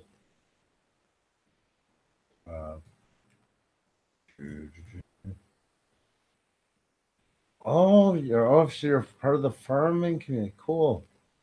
Well, like I say, I don't have a chance to check everybody's channel now. Hope you'll check out ours as well and come back. But I'm going to subscribe to you as you're from a great community, and anybody here to support our guest that was on tonight. It's my pleasure to support you as well. And we're going to look at Bottle Caps' clip here.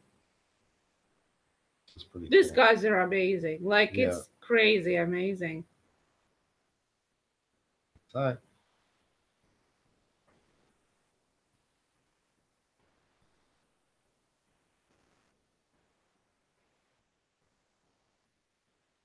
That's like crazy. Wow. Love it. Yeah.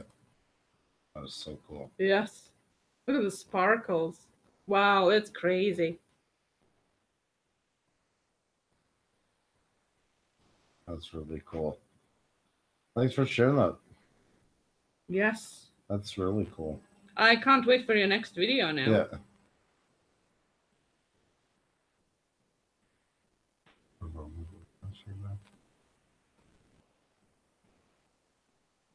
Thanks for sharing. That was really Yes. cool. Yeah, that. When do you plan to have your next video? Yeah, exactly. Everything is going to be slow-mo now. It's going to be. Yeah, I know. And you know what? It's so amazing As stuff. you keep releasing pictures and videos, we're going to soon have enough to put together a picture of you. Finally, we got an arm. We got some puzzles. Ears. We have top of your head. Yeah.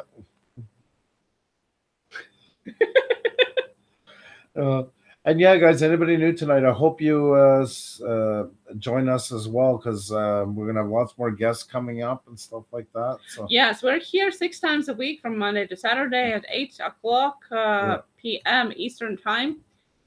So if you don't get the notification or you don't see Twitter, and we are here almost every day at 8, so just tune in and you're gonna have amazing guests.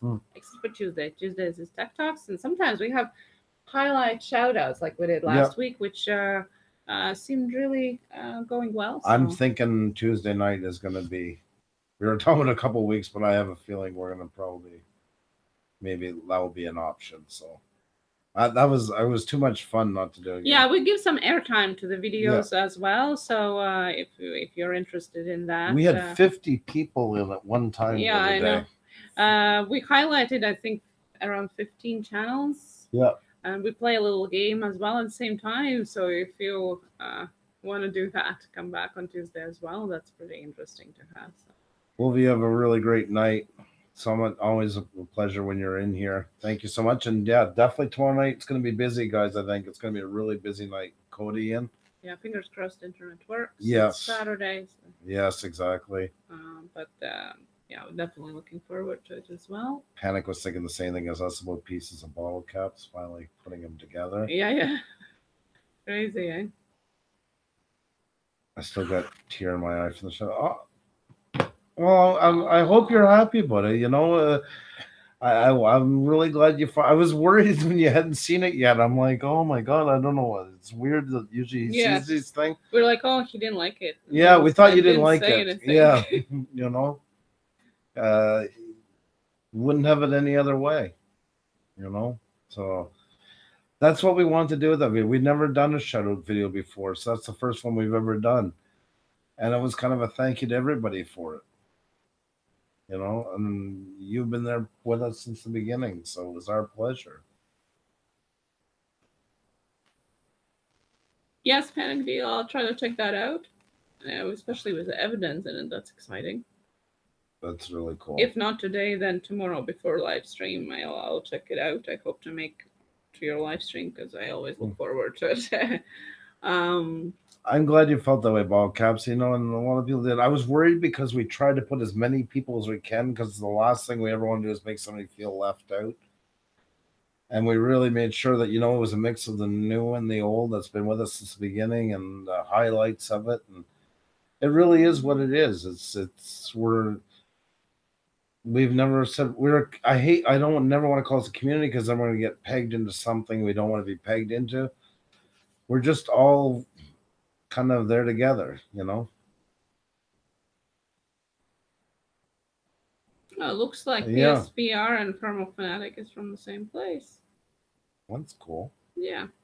It's cool. Like it was with it was with WE Motard and Colorado Martini, which completely you know, they live in different places now and they haven't followed each other before, but then once you see him on the stream, realize that they've been each other's neighbors when they were growing up. And it's like, what are the chances? It's even harder to happen that on internet than it is in the city, because I mean the billions of videos and stuff was so funny. So Ball Caps had a couple of shout outs from us. Camaro Time Rabbit Hole. Well, that's great. That's amazing. Yeah. Down the Rabbit Hole. I didn't see Camaro Times, I think, but I'm gonna check it out. Down the Rabbit Hole had a couple of weeks ago a shout out to Ball Caps.